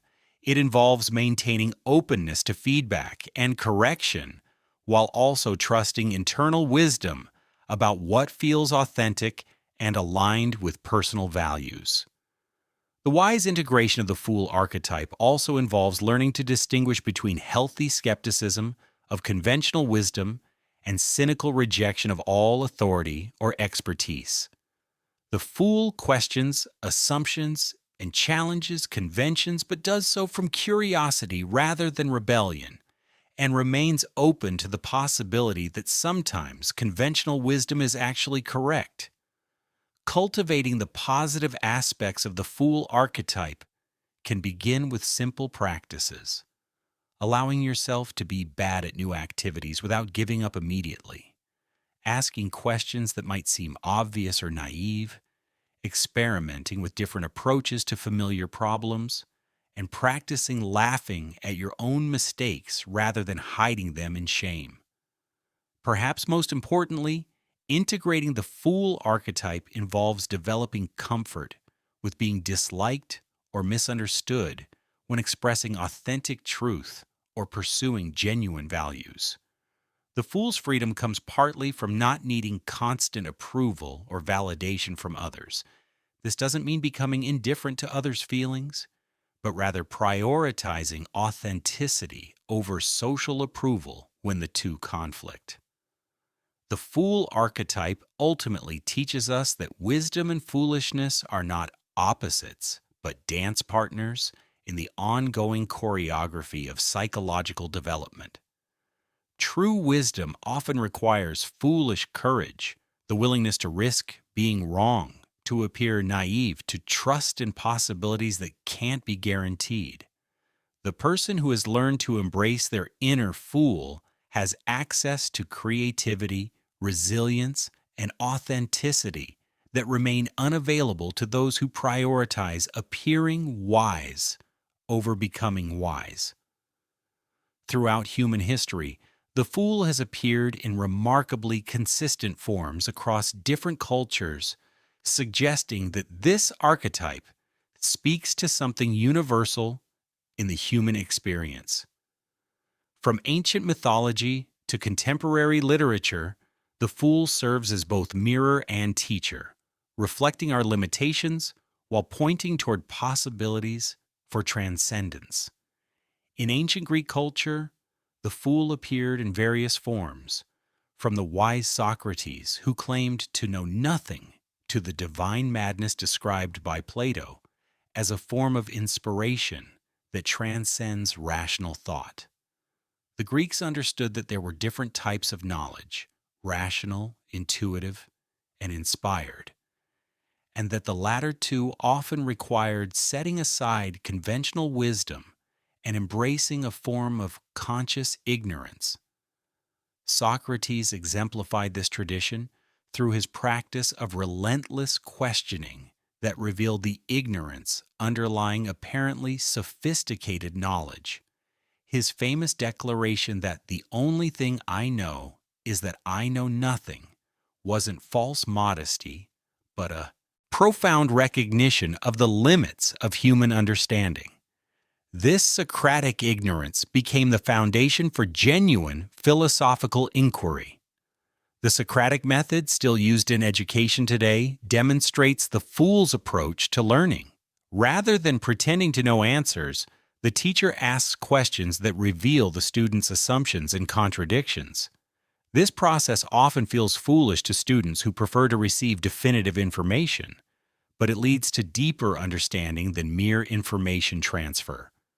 The Greek god Dionysus embodied many fool-like qualities: spontaneity, intoxication with life, dissolution of boundaries, and the power to reveal truth through ecstasy and apparent madness. The Dionysian festivals allowed for temporary inversions of social order, where conventional rules were suspended and deeper truths could emerge through celebration, drama, and ritual foolishness. These festivals served important social functions, providing outlets for energies and insights that were suppressed during ordinary social life. They demonstrated the fool's role in maintaining community health by periodically disrupting the status quo and allowing for renewal and transformation. Medieval European culture institutionalized the fool through various traditions. The court jester held an officially sanctioned position that granted unusual freedom to speak truth to power.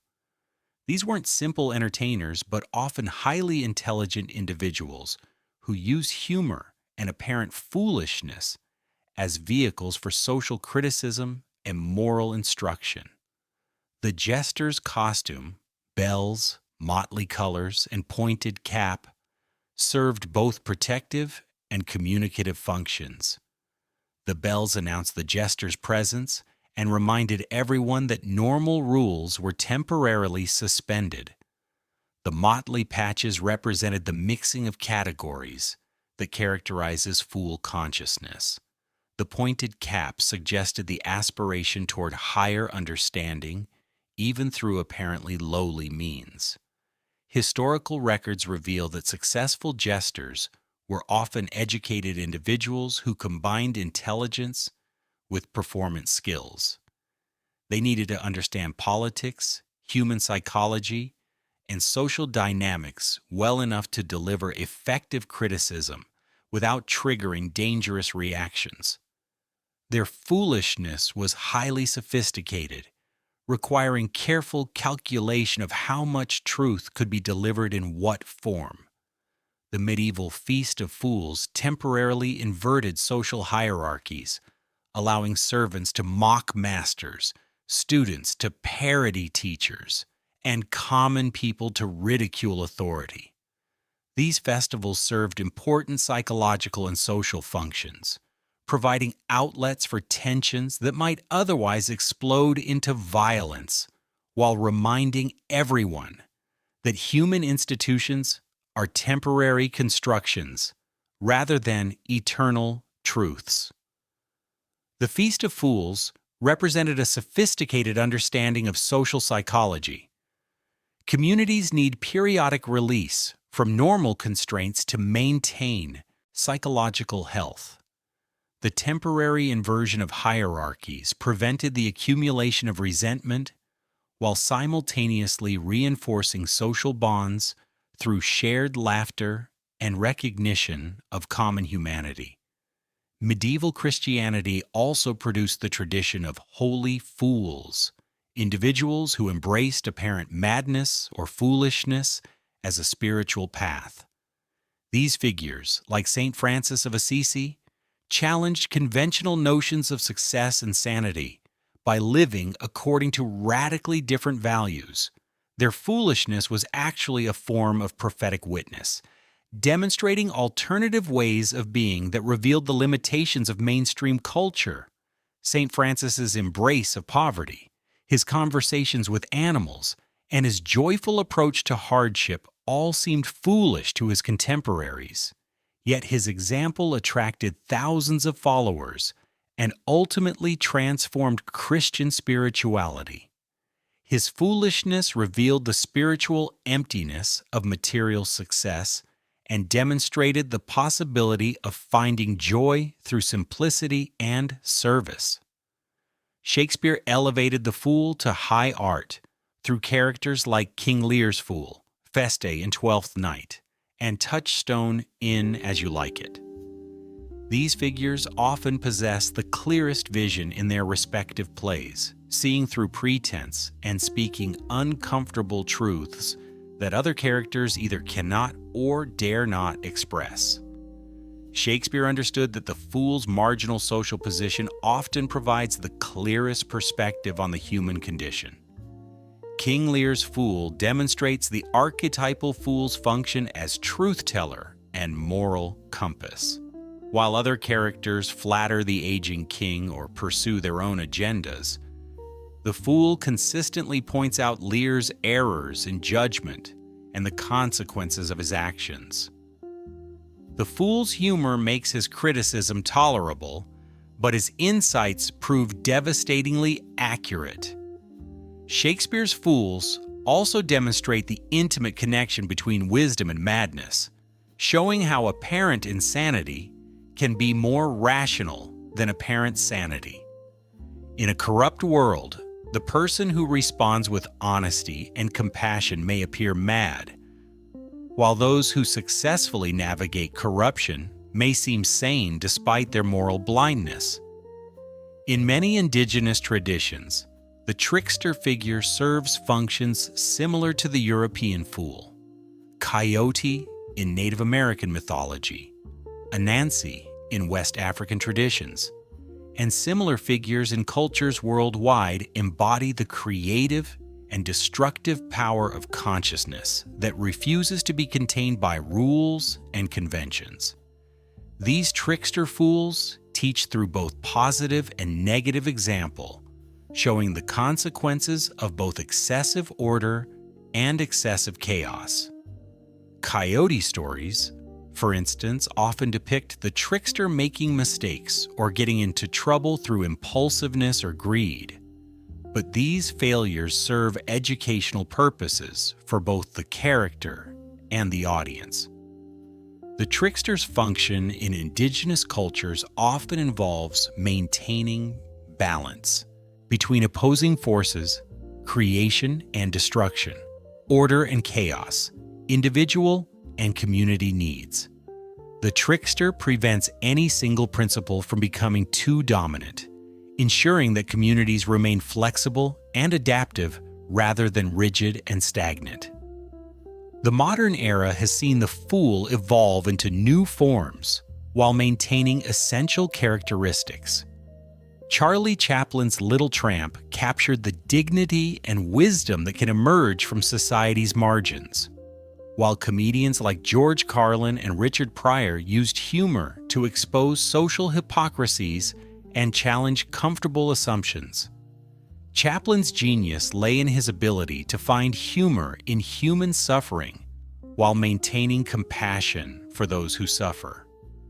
The Little Tramp's adventures revealed the absurdity of social conventions while celebrating human resilience and kindness. Through apparently simple physical comedy, Chaplin addressed profound themes of poverty, alienation, and the search for meaning in industrial society. Contemporary comedians continue the fool tradition in different forms. Stand-up comedy provides a modern venue for the fool's truth-telling function, allowing comedians to address controversial topics through humor. The best comedians, like their historical predecessors, use apparent entertainment to deliver genuine insights about human nature and social problems. Literature has consistently turned to fool figures as vehicles for exploring human nature. Don Quixote, perhaps the most famous literary fool, embodies both the nobility and the tragedy of idealism in a pragmatic world. Cervantes used the character to explore questions about reality and illusion, practical wisdom and romantic dreams, social conformity and individual vision. Don Quixote's madness involves seeing the world as more beautiful and meaningful than it appears to others. His transformation of windmills into giants and innkeepers' daughters into princesses represents the imagination's power to create significance in an apparently meaningless world. While his delusions create practical problems, they also reveal the poverty of purely materialistic perspectives. Dostoevsky's Prince Mishkin in The Idiot demonstrates how genuine goodness can appear as foolishness to a corrupt society.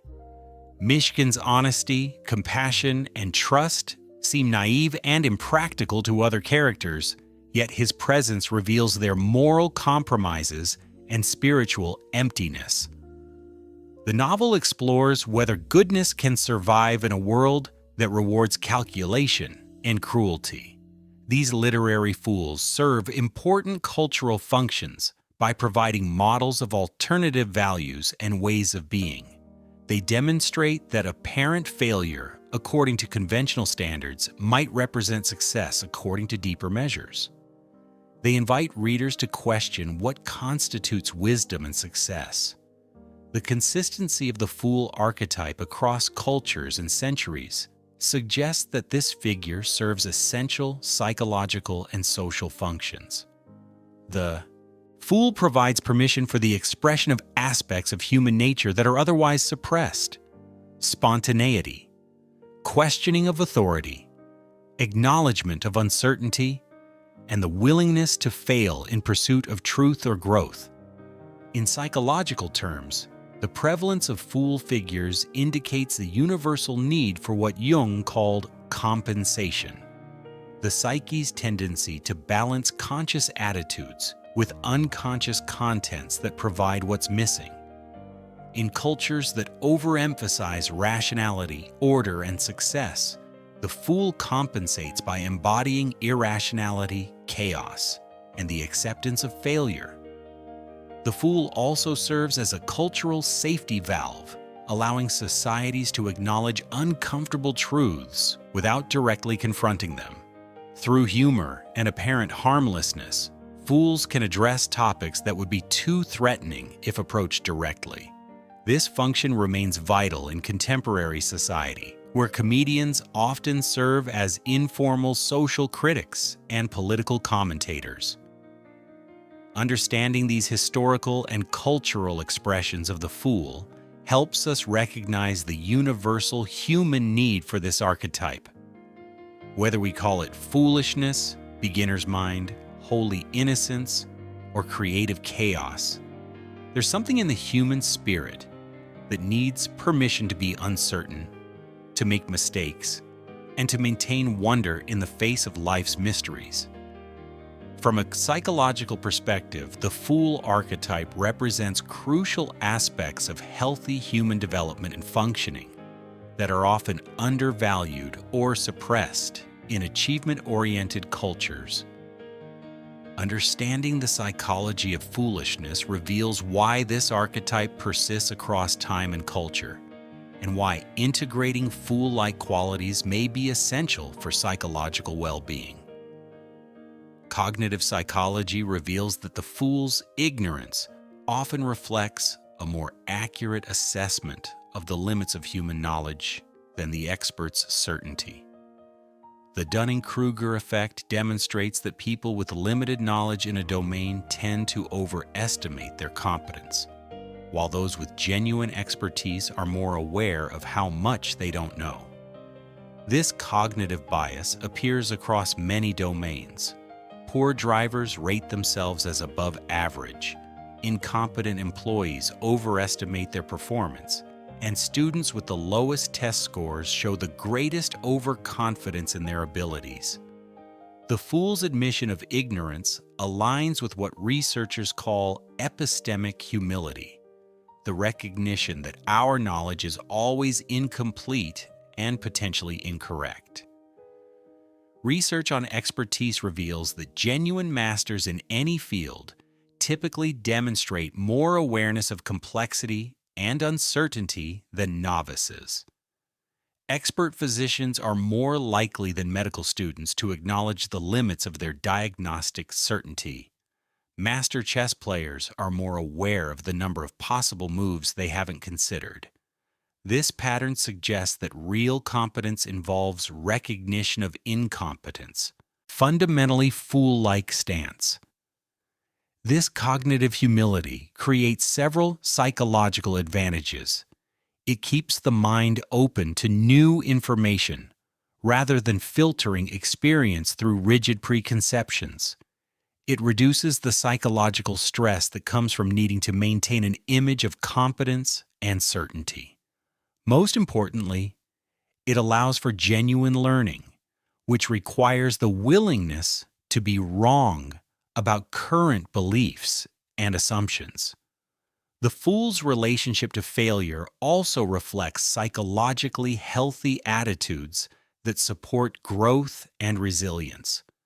Research on growth mindset shows that people who view abilities as malleable rather than fixed are more likely to persevere through challenges, learn from mistakes, and ultimately achieve better outcomes.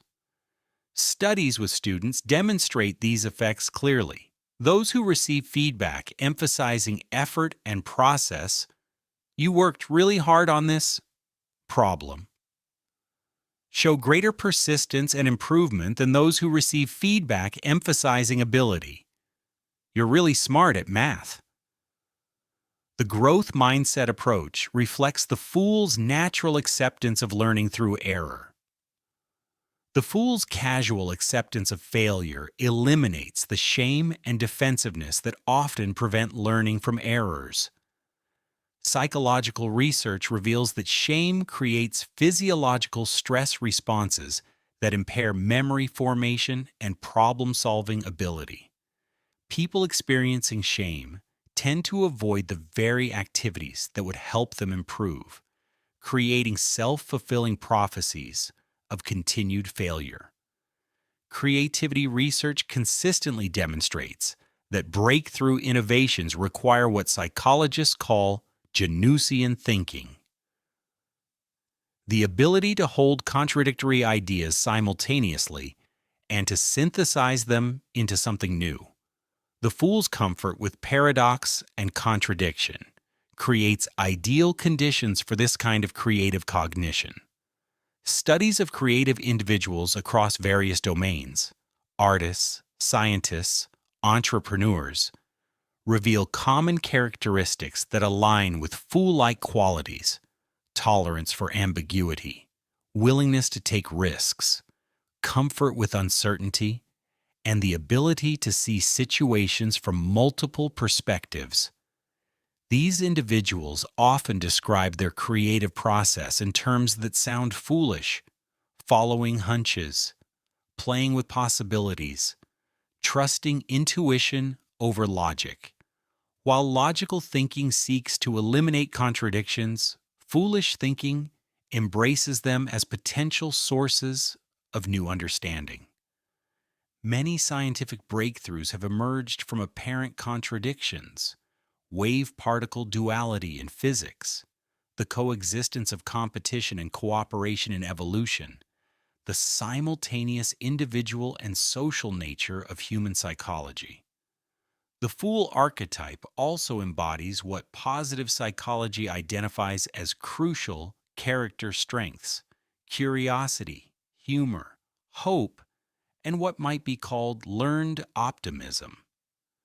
Despite repeated failures and disappointments, archetypal fools maintain faith in possibilities and continue to approach life with enthusiasm.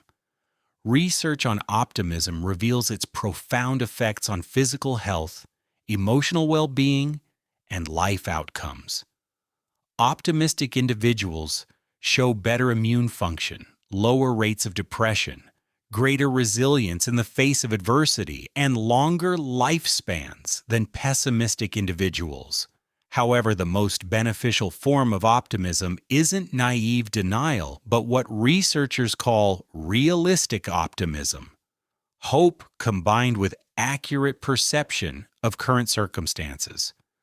The fool's optimism reflects this realistic variety, acknowledging current difficulties while maintaining faith in the possibility of improvement. This stance allows for effective action despite uncertainty, supporting both individual resilience and social progress. Developmental psychology suggests that the capacity for play remains important throughout the lifespan, not just in childhood. Play involves many fool-like qualities: suspension of practical concerns, tolerance for ambiguity, willingness to experiment, and focus on process rather than outcome. Research on adult play reveals its importance for psychological health and development.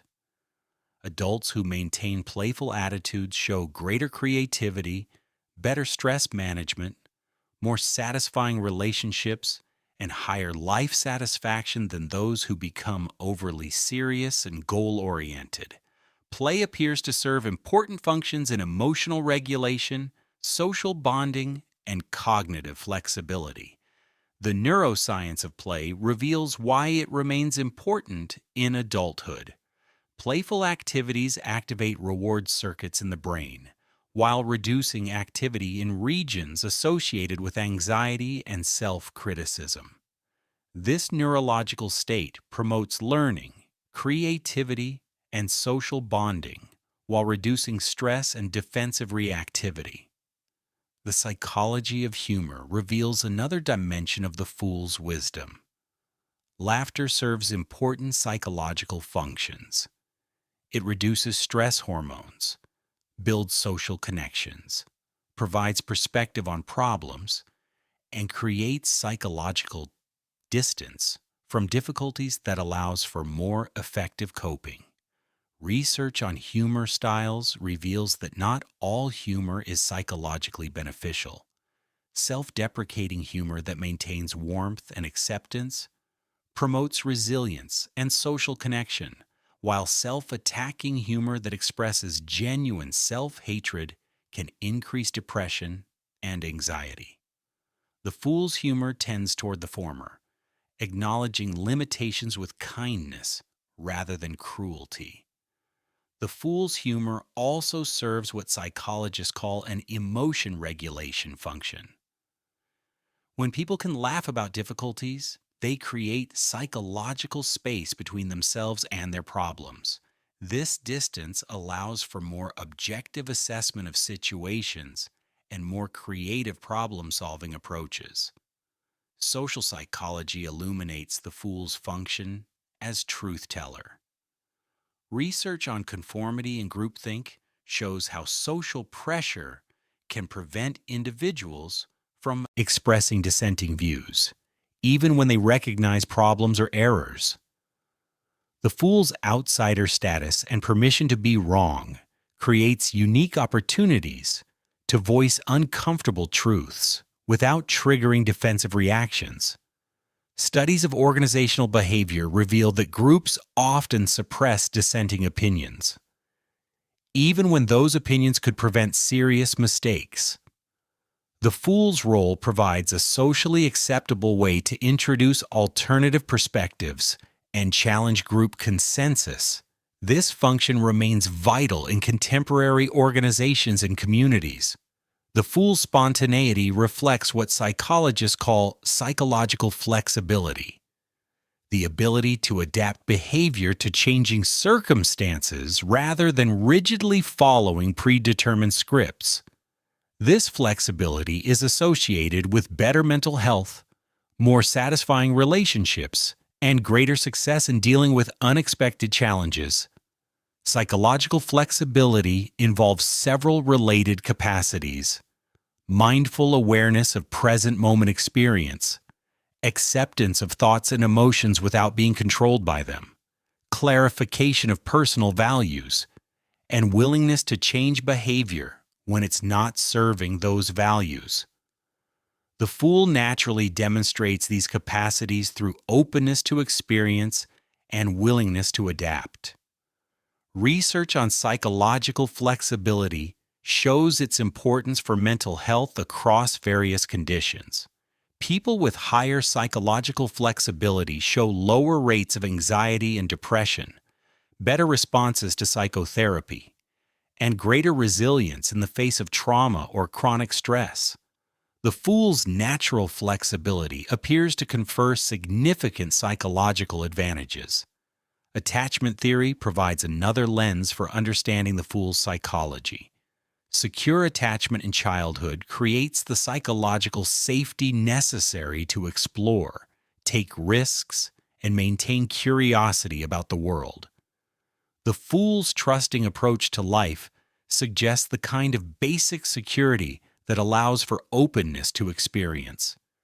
Studies of attachment styles reveal that securely attached individuals are more likely to approach new situations with confidence, more able to tolerate uncertainty and ambiguity, and more resilient in the face of setbacks.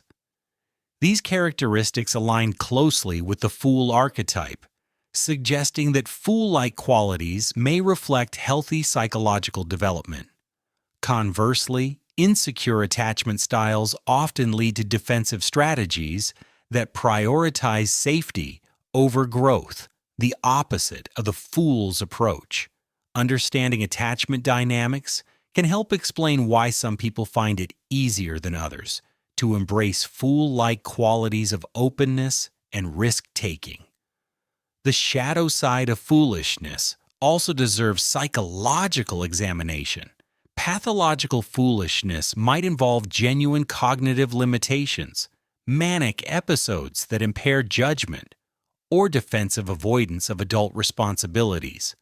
The key distinction is between conscious foolishness, chosen as a path to growth, and unconscious foolishness that arises from psychological dysfunction. Healthy foolishness involves what psychologists call metacognition, awareness of one's own thinking processes. The wise fool chooses when to embrace uncertainty, when to risk failure, and when to appear naive. This conscious choice distinguishes therapeutic foolishness from compulsive or destructive behavior patterns. Clinical psychology recognizes several conditions that might masquerade as healthy foolishness.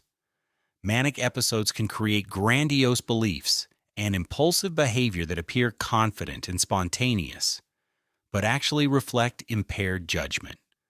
Certain personality disorders involve manipulative use of apparent innocence or helplessness.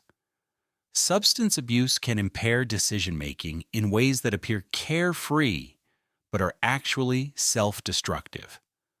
Understanding these distinctions helps in recognizing when apparent foolishness serves psychological health versus when it reflects underlying problems requiring professional attention. The key differences often involve the consequences of behavior, the presence of genuine choice and awareness, and the impact on relationships and life functioning. The integration of fool-like qualities into adult personality involves developing what might be called selective foolishness, the wisdom to know when conventional wisdom should be questioned, when risks are worth taking, and when the appearance of competence is less important than authentic engagement with reality. This integration requires both courage and discernment.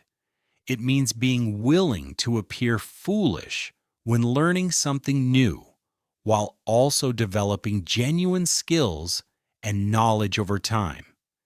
It involves maintaining openness to feedback, while trusting internal wisdom about what feels authentic and aligned with personal values.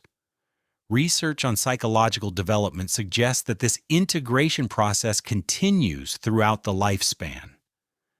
The capacity to balance wisdom with wonder, competence with curiosity, and knowledge with humility appears to be a marker of psychological maturity rather than a sign of immaturity or dysfunction. Understanding the psychology of foolishness reveals that what appears to be simple-mindedness often represents sophisticated psychological functioning. The fool's ignorance is strategic, the failure is educational, and the apparent naivety masks deep wisdom about human nature and the conditions necessary for growth, creativity, and authentic living. The tarot presents perhaps the most complete symbolic map of the fool's journey, depicting the archetypal path from innocent potential through worldly experience toward integrated wisdom. This journey, represented by the 22 cards of the major arcana, provides a powerful framework for understanding both psychological development and spiritual evolution. The Fool card itself, traditionally numbered 0 or left unnumbered, depicts a young figure at the beginning of a great adventure, stepping off a cliff with apparent unconcern for the danger, carrying only a simple bag of belongings, and accompanied by a faithful dog. This image captures the essential qualities needed for any transformative journey: trust in life's process, willingness to leave security behind, and the companionship of instinctual wisdom. The symbolism of the Fool card operates on multiple levels. The cliff represents the leap of faith required for all significant growth, whether starting a new relationship, changing careers, beginning a creative project, or embarking on spiritual practice. There comes a moment in any transformative process when we must step into the unknown without guarantees of success. The fool's apparent carelessness about the cliff edge isn't recklessness, but trust. The fool has faith that life will provide what's needed for the journey. This trust doesn't guarantee that difficulties won't arise, but it ensures that the fool won't be paralyzed by the need for certainty. The willingness to begin without knowing the outcome is what makes any genuine adventure possible. The white rose in the fool's hand traditionally symbolizes purity of intention. The fool isn't driven by greed, ambition, or the need to prove superiority, but by genuine curiosity and love of life. This purity of motivation ensures that whatever is learned on the journey will serve not just personal growth, but the greater good. The small bag represents the minimal resources needed for the journey, not material wealth, but inner qualities like curiosity, hope, and openness to experience. The fool travels light, unburdened by excessive planning or accumulation of possessions. This simplicity allows for maximum flexibility and responsiveness to whatever the journey brings. The dog at the fool's feet represents instinctual wisdom and loyal companionship, the animal intelligence that can guide us when rational thought proves insufficient.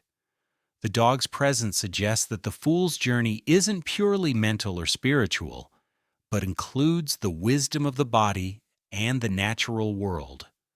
As the fool progresses through the subsequent cards of the major arcana, he encounters archetypal figures and situations that represent universal aspects of human experience. Each encounter offers both gifts and challenges, gradually building the fool's understanding and capacity while testing his essential nature. The Magician, the first card after the Fool, teaches about focused will and the power of intention. The Fool learns that dreams must be combined with skill and effort to manifest in the world. The High Priestess reveals the importance of intuition and inner knowledge, showing that not all wisdom comes through external learning.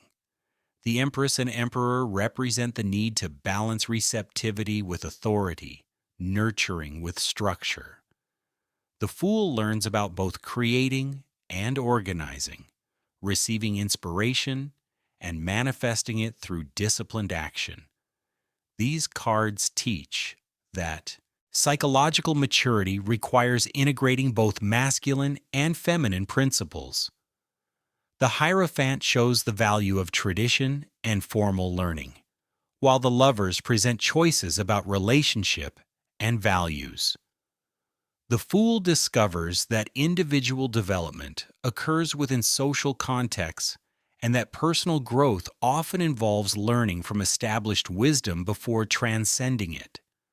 The Chariot teaches about willpower and self-control, the capacity to direct personal energy toward chosen goals. The Strength card reveals that true power comes from gentleness rather than force, showing the Fool that the most profound influence often operates through love rather than coercion. The Hermit demonstrates the value of solitude and inner seeking. The Fool learns that external adventures must be balanced with periods of introspection, and that the most important discoveries often occur in silence and withdrawal from worldly activity. The middle portion of the journey includes some of the most challenging cards. The Wheel of Fortune reminds the Fool that circumstances constantly change, requiring adaptability rather than attachment to particular outcomes. This card teaches that success and failure are temporary conditions rather than permanent identities. The Hanged Man presents perhaps the most difficult lesson: the wisdom of surrender and seeing from different perspectives. The Fool learns that sometimes progress requires stopping all forward movement and allowing new understanding to emerge. This card represents the psychological deaths that precede rebirth and growth. The Death card represents the necessity of letting go of outgrown identities and attachments. The Fool discovers that transformation requires the willingness to release what once seemed essential. This isn't physical death, but the ego death that allows for expanded identity and greater wisdom. The Temperance card teaches the art of balance and moderation, showing the Fool how to integrate opposing forces rather than choosing sides. This card represents the development of wisdom that can hold paradox and find synthesis between apparent contradictions. The Devil card confronts the Fool with the reality of unconscious drives and compulsive patterns. The Fool learns to recognize the ways that freedom can be lost through unconscious choices and addictive behaviors. This card teaches discrimination and the importance of conscious choice. The Tower represents the collapse of false structures and beliefs. The Fool discovers that security based on illusion is ultimately more dangerous than insecurity based on truth. This card teaches that apparent destruction often clears the way for more authentic reconstruction. The later cards of the major arcana show the fruits of the Fool's long journey. The Star offers hope and spiritual guidance after the dark night of the soul. The Fool learns to navigate by inner light rather than external landmarks, developing the capacity for inspiration and vision. The Moon reveals the importance of navigating uncertainty and trusting inner guidance even when the way forward isn't clear. The Fool develops comfort with mystery and the ability to proceed despite incomplete information. The Sun represents the joy and vitality that emerge from successful integration of earlier lessons. The Fool discovers that the journey itself has been worthwhile, regardless of external achievements or recognition. This card represents the happiness that comes from self-acceptance and authentic living. Judgment calls for evaluation of the journey and preparation for a new phase of development. The Fool learns to assess progress honestly while maintaining compassion for mistakes and limitations. This card represents the development of wisdom and the capacity for fair judgment. Finally, the World card depicts the Fool transformed into the cosmic dancer, fully individuated, celebrating the completion of one cycle while simultaneously beginning another. The Fool has become integrated and whole, capable of participating fully in life while maintaining awareness of the larger patterns and meanings. What makes this journey particularly relevant for understanding human psychology is its recognition that development isn't linear or final. The World card doesn't represent permanent achievement, but rather the completion of one spiral of growth before beginning another at a deeper level. The transformed fool becomes the innocent fool again, ready for new adventures with the wisdom gained from previous journeys. This cyclic nature reflects what developmental psychology recognizes about human growth. We revisit similar challenges at different life stages, hopefully with greater wisdom and skill each time. The shy child who struggles with social acceptance may encounter similar themes as an adult facing workplace dynamics, but with more resources and understanding available. The journey also illustrates the different types of challenges that contribute to psychological development. Some cards represent external challenges, relationships, work, social expectations. Others represent internal challenges, self-doubt, unconscious patterns, spiritual questioning.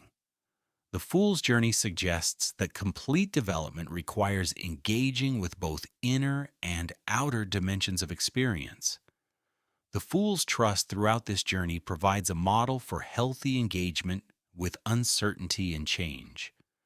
Rather than requiring guarantees or demanding to understand everything before proceeding, the Fool maintains faith in the process itself. This trust isn't passive but active. It involves showing up fully for whatever arises while remaining open to learning and growth.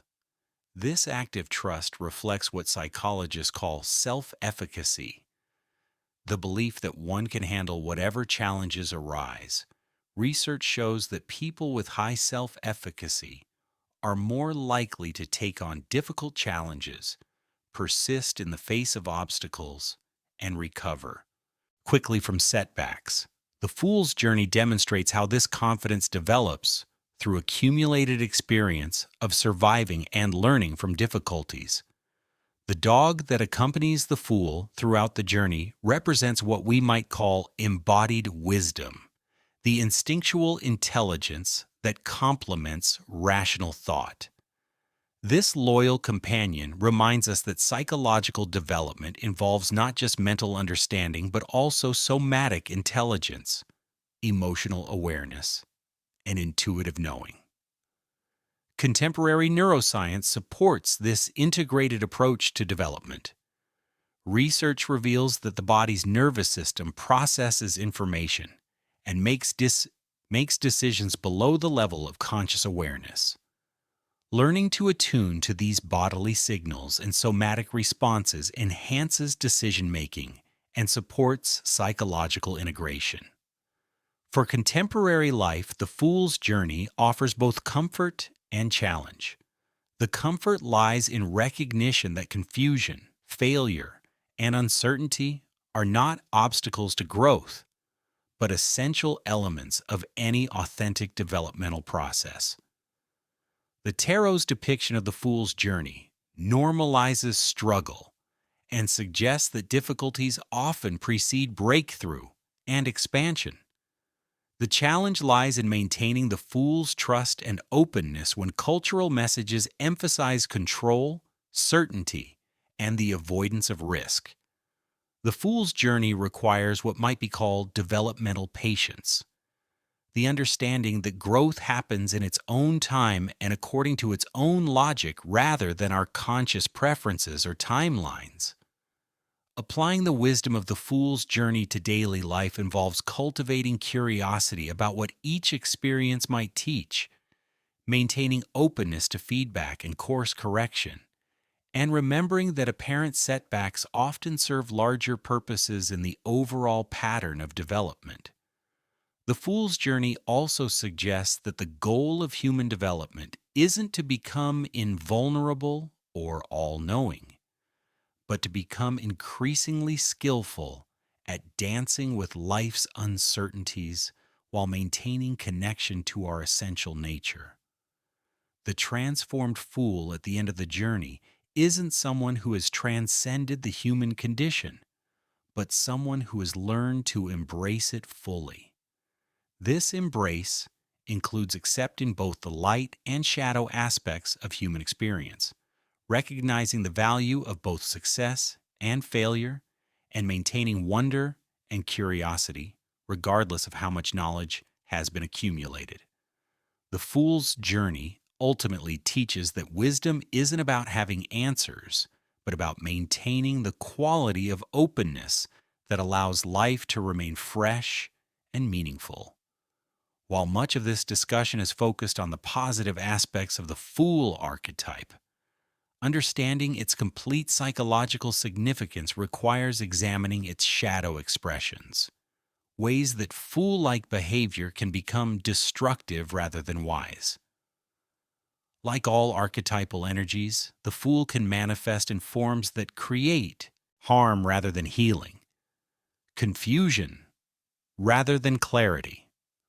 One of the most common shadow manifestations is what might be called perpetual adolescence, the refusal to develop adult capacities for responsibility, commitment, and realistic assessment of consequences. This pseudo-foolishness uses the archetype's permission to be naive as an excuse to avoid growing up psychologically. The person caught in this pattern may charm others with spontaneity and playfulness, while leaving behind a trail of broken commitments, financial irresponsibility, and emotional damage to those who depend on them. This shadow differs from authentic foolishness in its unconscious and compulsive quality. True foolishness involves conscious choice about when to embrace uncertainty or risk, while shadow foolishness represents compulsive avoidance of adult challenges. The authentic fool takes responsibility for the consequences of their choices, even when those choices appear unwise to others. The shadow fool expects others to clean up the messes created by their spontaneous decisions. The perpetual adolescent often uses fool-like language to justify irresponsibility. I'm just following my heart. Life's too short to worry about money, or I don't want to become one of those uptight people. While these sentiments can reflect genuine wisdom about priorities and values, in shadow form they become rationalizations for avoiding necessary adult functions. Another shadow expression involves using apparent foolishness as a form of passive aggression or manipulation. Some individuals learn to weaponize others' affection for fool-like qualities, playing innocent or confused when confronted about harmful behavior. This calculated innocence allows them to avoid accountability while positioning themselves as victims of others' unreasonable expectations. This manipulative use of foolishness often involves what psychologists call learned helplessness, performed for secondary gain. The person presents themselves as too innocent, confused, or incapable to be held responsible for their actions, forcing others to take care of them or excuse behaviors that would be unacceptable from someone claiming competence. The manipulative fool may use phrases like, "I didn't know any better," "nobody told me," or "I was just trying to help," to deflect criticism while maintaining the appearance of good intentions. This pattern exploits others' protective instincts while avoiding the genuine vulnerability that characterizes authentic foolishness. The shadow of the wise fool can also manifest as spiritual bypassing, using spiritual concepts or practices to avoid dealing with psychological wounds or practical responsibilities. In this pattern, the person adopts the language and appearance of spiritual foolishness while actually using it to avoid necessary healing work or life challenges. Spiritual bypassing through foolishness often involves what might be called premature transcendence, attempting to skip developmental stages by adopting advanced spiritual attitudes before doing the foundational psychological work those attitudes require.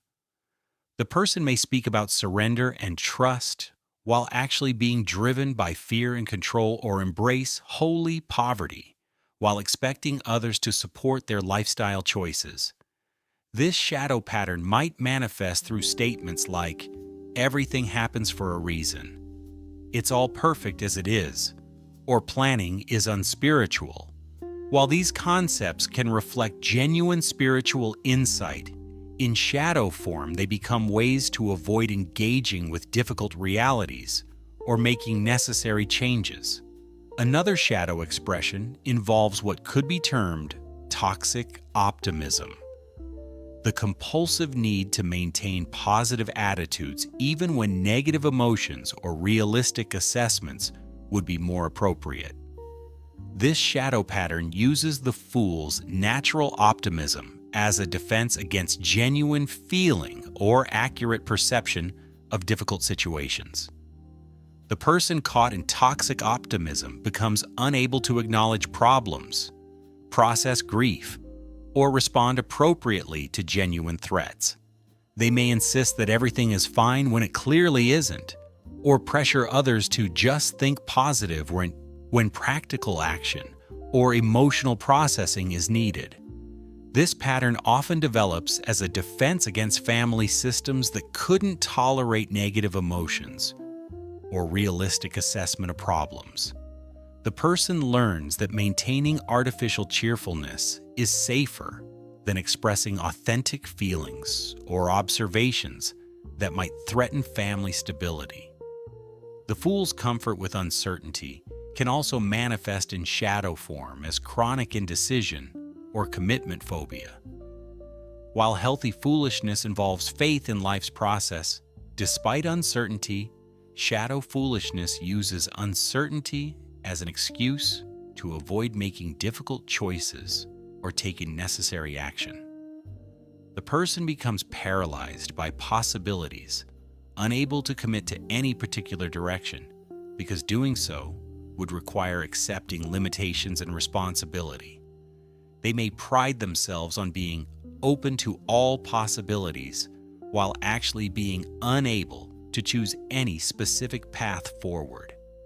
This shadow pattern often masks deep fear of failure or success, using the fool's permission to not know as an avoidance strategy rather than an opening to wisdom. The person may spend years exploring options without ever committing to the sustained effort required for genuine accomplishment or deep relationship.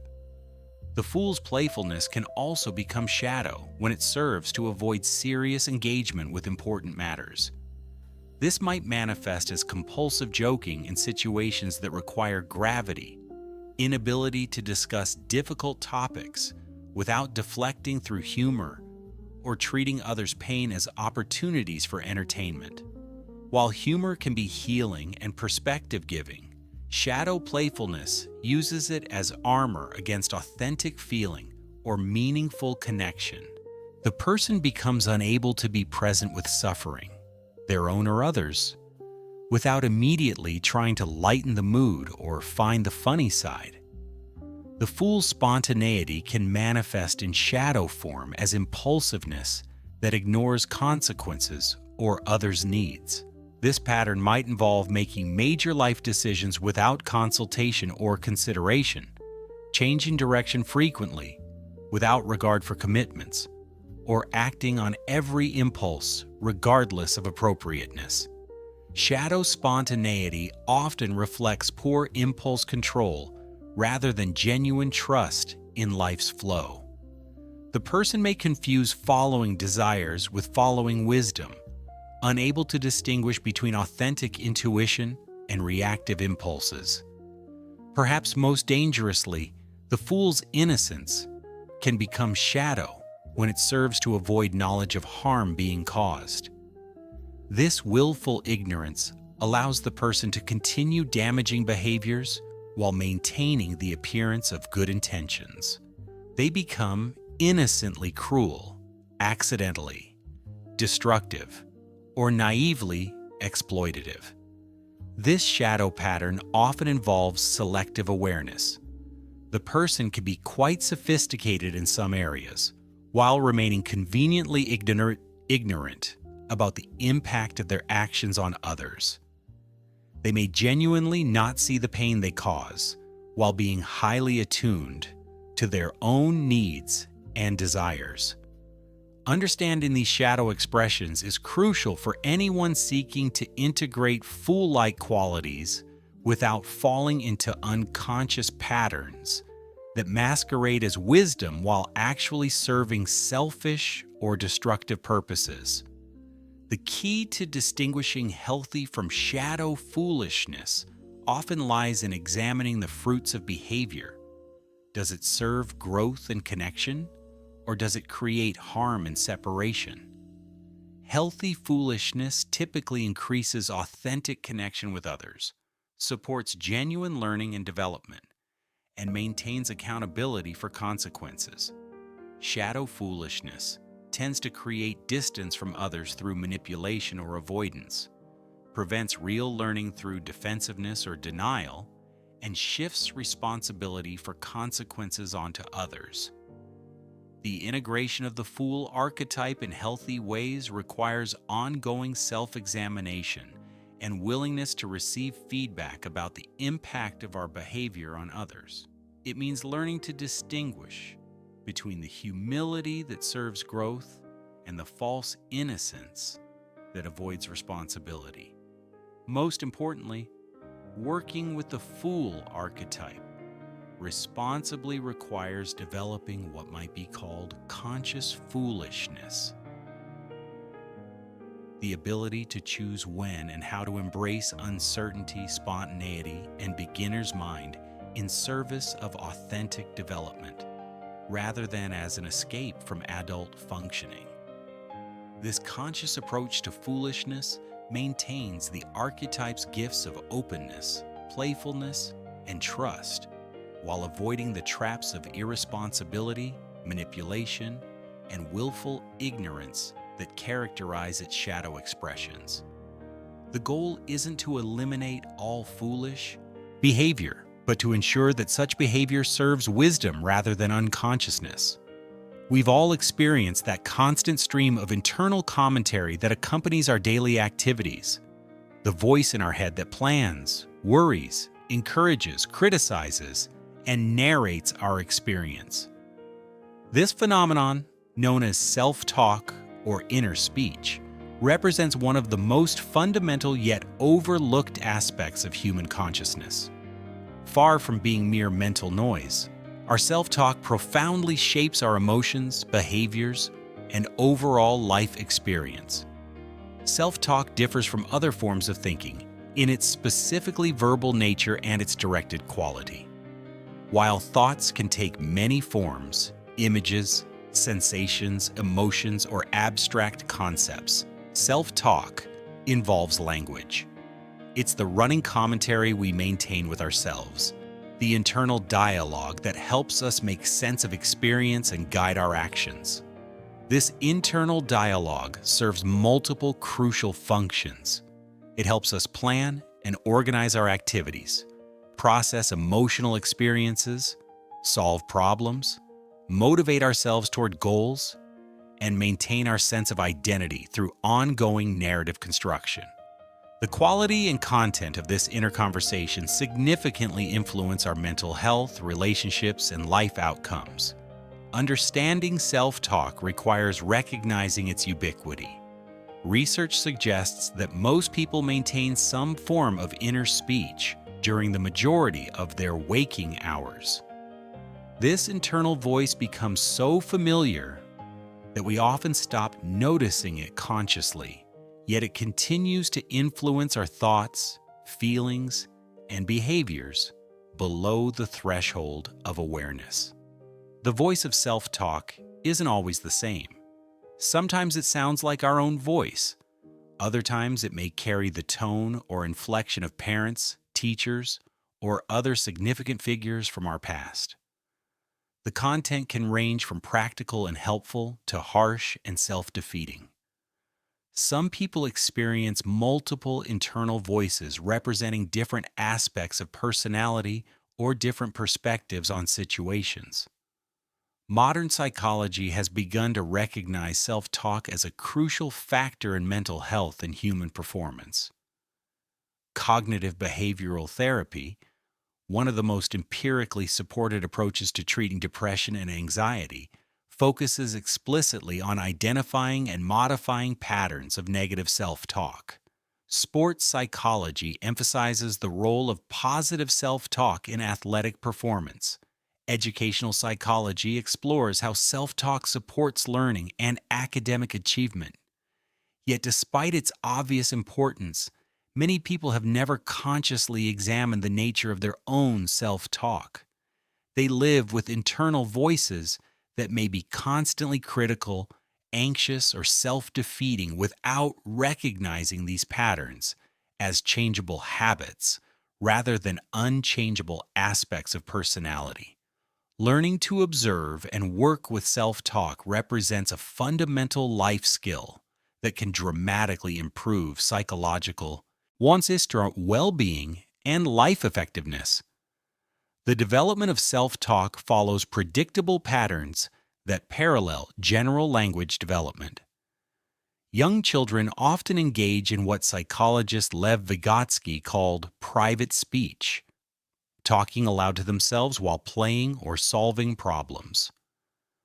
This external monologue gradually becomes internalized as children develop the capacity for silent inner speech. Vygotsky's research revealed that children's private speech serves important developmental functions. When facing challenging tasks, young children often talk themselves through the process, providing encouragement, instruction, and problem-solving strategies. This external self-talk helps them regulate attention, manage emotions, and organize their approach to difficulties. The quality of early self-talk is heavily influenced by the verbal environment provided by caregivers. Children who receive patient, encouraging guidance from adults internalize similar patterns of self-support.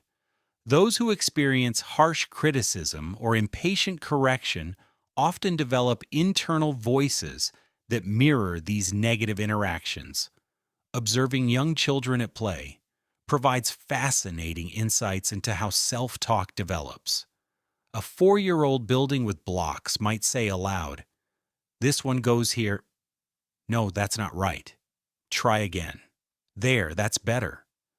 This external coaching eventually becomes the internal voice that guides us through challenges throughout life. As children mature, their private speech gradually becomes more internal and sophisticated. By school age, most children have developed the capacity for complex inner speech that can plan future actions, evaluate past decisions, and provide ongoing commentary on current experience. This internalization of language represents a crucial milestone in psychological development. The transition from external to internal speech isn't simply about volume.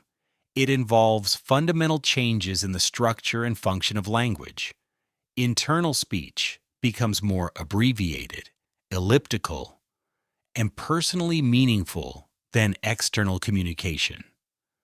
We develop internal shorthand that allows for rapid self-communication but might be incomprehensible to others. Research on language development reveals that children who experience rich verbal interactions with caring adults develop more sophisticated and supportive patterns of self-talk. These children learn to use internal language for problem solving, emotional regulation, and self-encouragement. Conversely, children who experience verbal abuse or neglect may develop harsh, critical, or chaotic patterns of inner speech. The internalization of language also varies across cultures and individuals. Some cultures emphasize more external verbal processing, while others value internal reflection. Individual differences in temperament, learning style, and neurological development also influence how self-talk emerges and functions. Understanding the developmental origins of self-talk helps explain why changing negative patterns can be challenging. The voices in our heads often carry the emotional charge of early relationships and experiences. The critical internal voice may sound like a harsh parent or teacher, carrying not just their words, but also the feelings those interactions generated. However, recognizing the learned nature of self-talk also provides hope for change. Just as these patterns were acquired through experience, they can be modified through conscious effort and new experiences. The brain's capacity for neuroplasticity means that even well-established patterns of self-talk can be altered through consistent practice and attention. Adult self-talk serves numerous psychological functions that support daily functioning and long-term development. Unlike children's more obvious private speech, adult inner dialogue operates primarily below conscious awareness, yet its influence on behavior and emotional states remains profound. One of the most important functions of adult self-talk is emotional regulation. When we experience strong emotions, our internal dialogue helps us process and make sense of these feelings. Supportive self-talk can help us maintain perspective during difficult times, while harsh self-criticism can intensify and prolong emotional distress. Consider the difference between two possible responses to making a mistake at work. One person might think, "I can't believe I did that. I'm so stupid and incompetent. Everyone must think I'm terrible at my job." Another might respond, "That was a mistake, but everyone makes errors sometimes. I'll learn from this and be more careful in the future." The emotional consequences of these different internal responses are dramatically different. Self-talk also plays a crucial role in motivation and goal pursuit. The internal voice can encourage persistence in the face of obstacles, remind us of our values and commitments, and help maintain focus on long-term objectives despite short-term temptations or difficulties. Alternatively, negative self-talk can undermine motivation and lead to premature abandonment of important goals. Athletes have long recognized the importance of self-talk for performance. The internal dialogue during competition can either support peak performance or create anxiety and self-doubt. Phrases like "stay focused," "trust your training," or "one point at a time" help maintain optimal psychological states, while thoughts like "don't mess up" or "everyone's watching" can create tension and distraction. Problem solving represents another crucial function of self-talk. When facing complex challenges, we often think through possible solutions, evaluate options, and guide ourselves through implementation strategies. This internal dialogue helps organize thinking, maintain attention on relevant factors, and sequence problem-solving steps effectively. The quality of problem-solving self-talk significantly influences outcomes. Effective self-talk remains focused on solutions rather than dwelling on problems, maintains realistic optimism about possibilities while acknowledging constraints, and provides step-by-step guidance through complex processes. Research on metacognition, thinking about thinking, reveals that people who maintain awareness of their problem-solving process through self-talk tend to be more successful than those who work entirely intuitively. The internal dialogue serves as a kind of executive function, monitoring progress, identifying when strategies aren't working, and adjusting approaches as needed. Self-talk also functions as a bridge between conscious and unconscious processing. Often our initial conscious analysis of a problem is incomplete or incorrect, but continued internal dialogue allows unconscious insights to surface and be integrated with logical reasoning. The person who says, "Something doesn't feel right about this solution," is using self-talk to access intuitive wisdom that might not be immediately expressible in logical terms. Identity maintenance represents another crucial function of adult self-talk. We continuously construct and revise our sense of who we are through internal narrative. The stories we tell ourselves about our experiences, our relationships, our successes and failures all contribute to our ongoing identity formation. This narrative function of self-talk becomes particularly important during transitions and challenges. When facing major life changes, career shifts, relationship endings, health crises, our internal dialogue helps us make sense of these experiences and integrate them into our ongoing life story. The quality of this narrative processing significantly influences how well we adapt to change and maintain psychological coherence. Some people develop internal narratives that support resilience and growth. This is a difficult period, but I've overcome challenges before and learned from them. Others create narratives that promote despair and stagnation. Nothing ever works out for me. I'm cursed to fail at everything I try.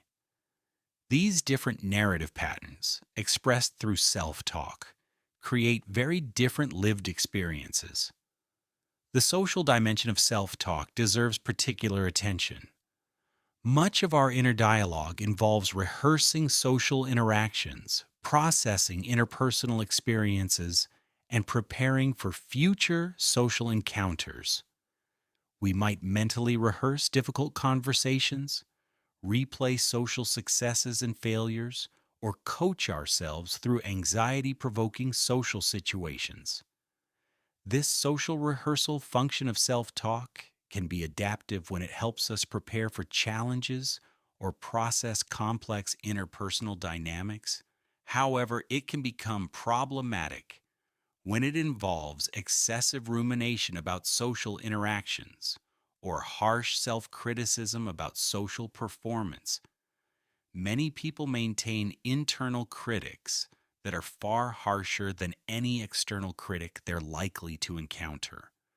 This internal voice might constantly monitor social interactions for signs of disapproval, rehearse imaginary conversations where others reject or criticize them, or provide ongoing commentary about social inadequacies.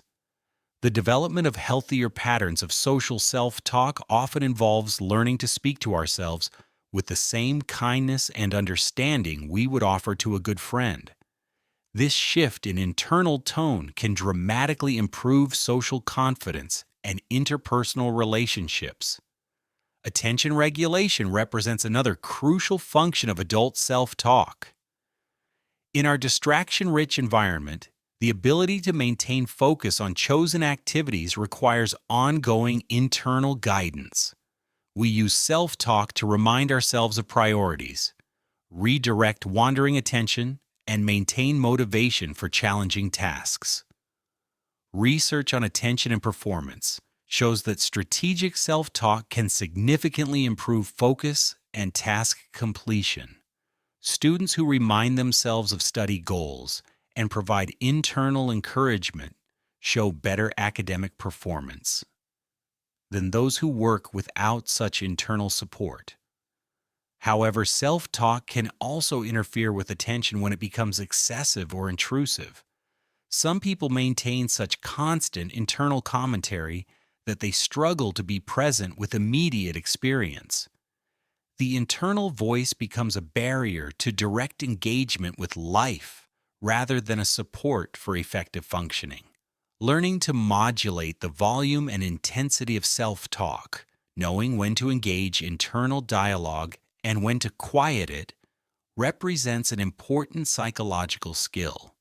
Contemplative practices like meditation help develop this capacity by teaching observation of mental activity without being controlled by it. The content and tone of self-talk vary dramatically among individuals and situations. Some people maintain generally supportive and encouraging internal voices, while others struggle with harsh self-criticism or anxiety-producing worry patterns. Understanding these variations helps explain why some people are naturally more resilient and optimistic than others. Research reveals that the grammatical structure of self-talk influences its psychological impact. Self-talk that uses second person, "You can handle this," or third person, "Sarah is doing her best," appears more effective for emotional regulation than first person, "I am struggling." This linguistic distance creates psychological space that facilitates more objective self-reflection and reduces emotional reactivity. Cultural factors also influence self-talk patterns. Individualistic cultures tend to emphasize self-encouragement and personal achievement in internal dialogue, while collectivistic cultures may focus more on social responsibility and group harmony. These cultural differences in self-talk patterns contribute to variations in mental health, motivation, and social behavior across cultures. The relationship between self-talk and external speech reveals interesting aspects of human psychology. Many people find that verbalizing their thoughts, talking through problems aloud, enhances their thinking process. This externalization of internal dialogue can improve problem solving, emotional processing, and creative insight. Some individuals naturally think better through external speech, while others prefer internal processing. Understanding your own optimal balance of internal and external verbal processing can improve both personal effectiveness and communication with others who may have different preferences. The modern challenge of maintaining healthy self-talk patterns involves managing the constant input of external voices through media, social networks, and digital communication. These external influences can overwhelm our internal voice or distort it in unhealthy directions. Developing media literacy and conscious consumption habits helps protect the integrity of internal dialogue. This might involve limiting exposure to negative news cycles, choosing social media content carefully, and creating regular periods of digital silence that allow our internal voice to emerge clearly. When self-talk patterns become predominantly negative, repetitive, or self-defeating, they can contribute significantly to mental health problems. Understanding these destructive patterns is crucial for anyone seeking to improve their psychological well-being and life outcomes. Rumination represents one of the most common and harmful forms of problematic self-talk. Unlike productive reflection that leads to insight or problem solving, rumination involves repetitive thinking about problems without moving toward resolution. The person becomes stuck in mental loops that intensify negative emotions without providing relief or solutions. Rumination often focuses on unanswerable questions. Why do I always mess things up? What's wrong with me? Why can't I be like other people? These questions don't have clear answers, and perpetuate feelings of inadequacy and confusion. The ruminative mind mistake activity for productivity, feeling like it's working on problems when it's actually reinforcing them. Research on rumination reveals its connection to depression and anxiety. People who ruminate show increased activity in brain regions associated with self-focus and negative emotion, while showing decreased activity in areas associated with problem solving and emotional regulation. This neurological pattern suggests that rumination literally rewires the brain in ways that maintain psychological distress. The content of rumination often involves what psychologists call cognitive distortions, systematic errors in thinking that maintain negative emotional states. These include catastrophizing, imagining the worst possible outcomes, all or nothing thinking, seeing situations in extreme black and white terms, and personalization, taking responsibility for events outside one's control. Catastrophizing self-talk turns minor difficulties into major disasters through imagination. If I don't get this job, I'll never find work and will end up homeless. This type of thinking creates anxiety that's disproportionate to actual threats and interferes with effective problem solving. All or nothing self-talk eliminates middle ground and nuance. Either I'm completely successful or I'm a total failure. This thinking pattern creates impossible standards and makes normal setbacks feel like devastating defeats.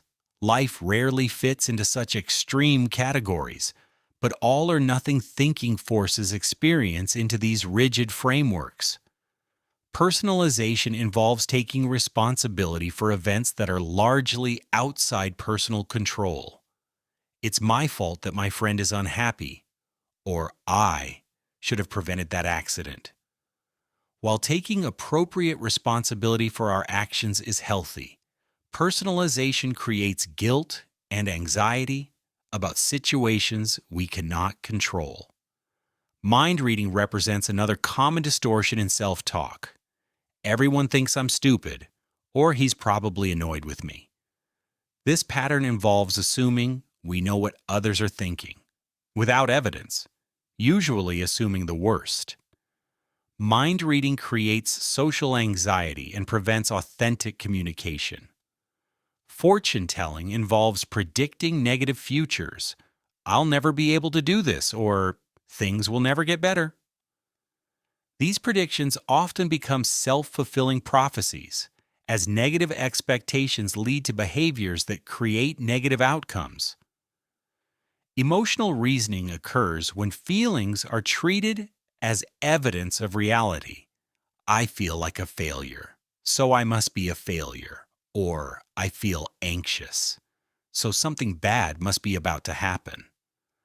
While emotions provide important information, they don't necessarily reflect objective reality, especially when we're experiencing stress or depression.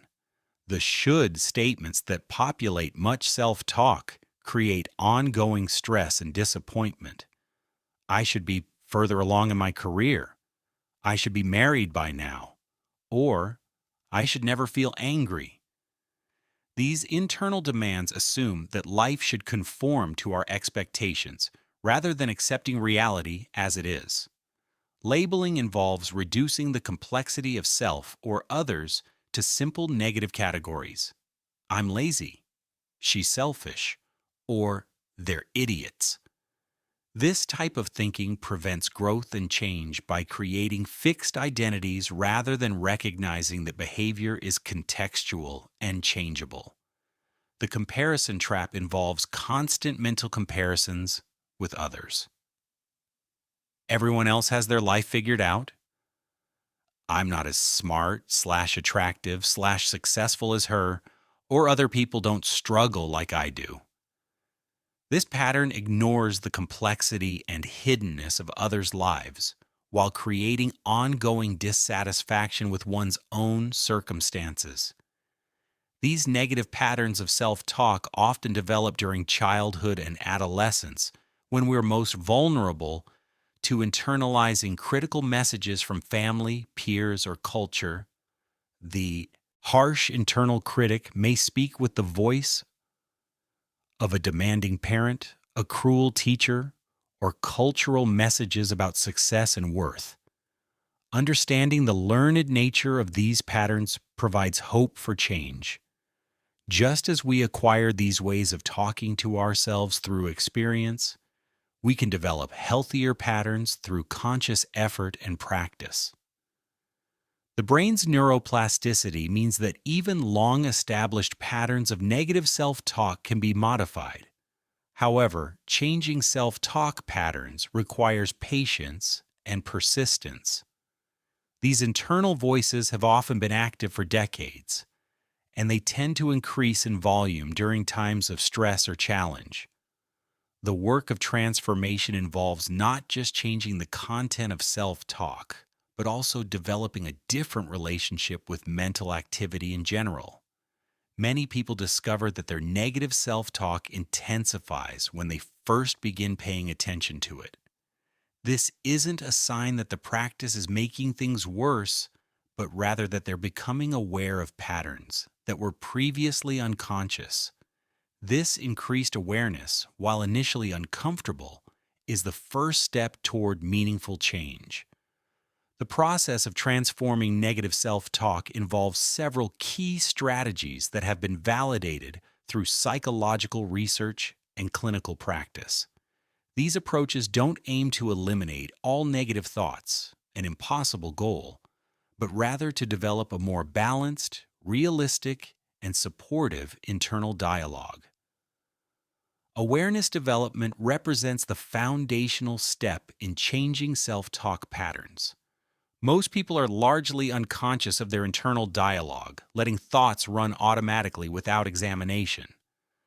Developing the capacity to observe self-talk as it occurs creates the space necessary for conscious choice about mental content.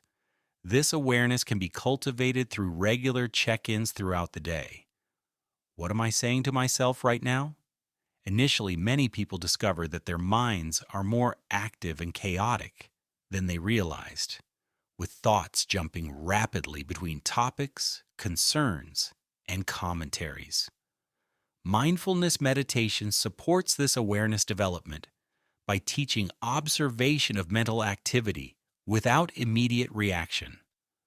Through practices like noting thoughts as they arise or returning attention to breath when the mind wanders, people gradually develop the capacity to witness their internal dialogue rather than being completely identified with it.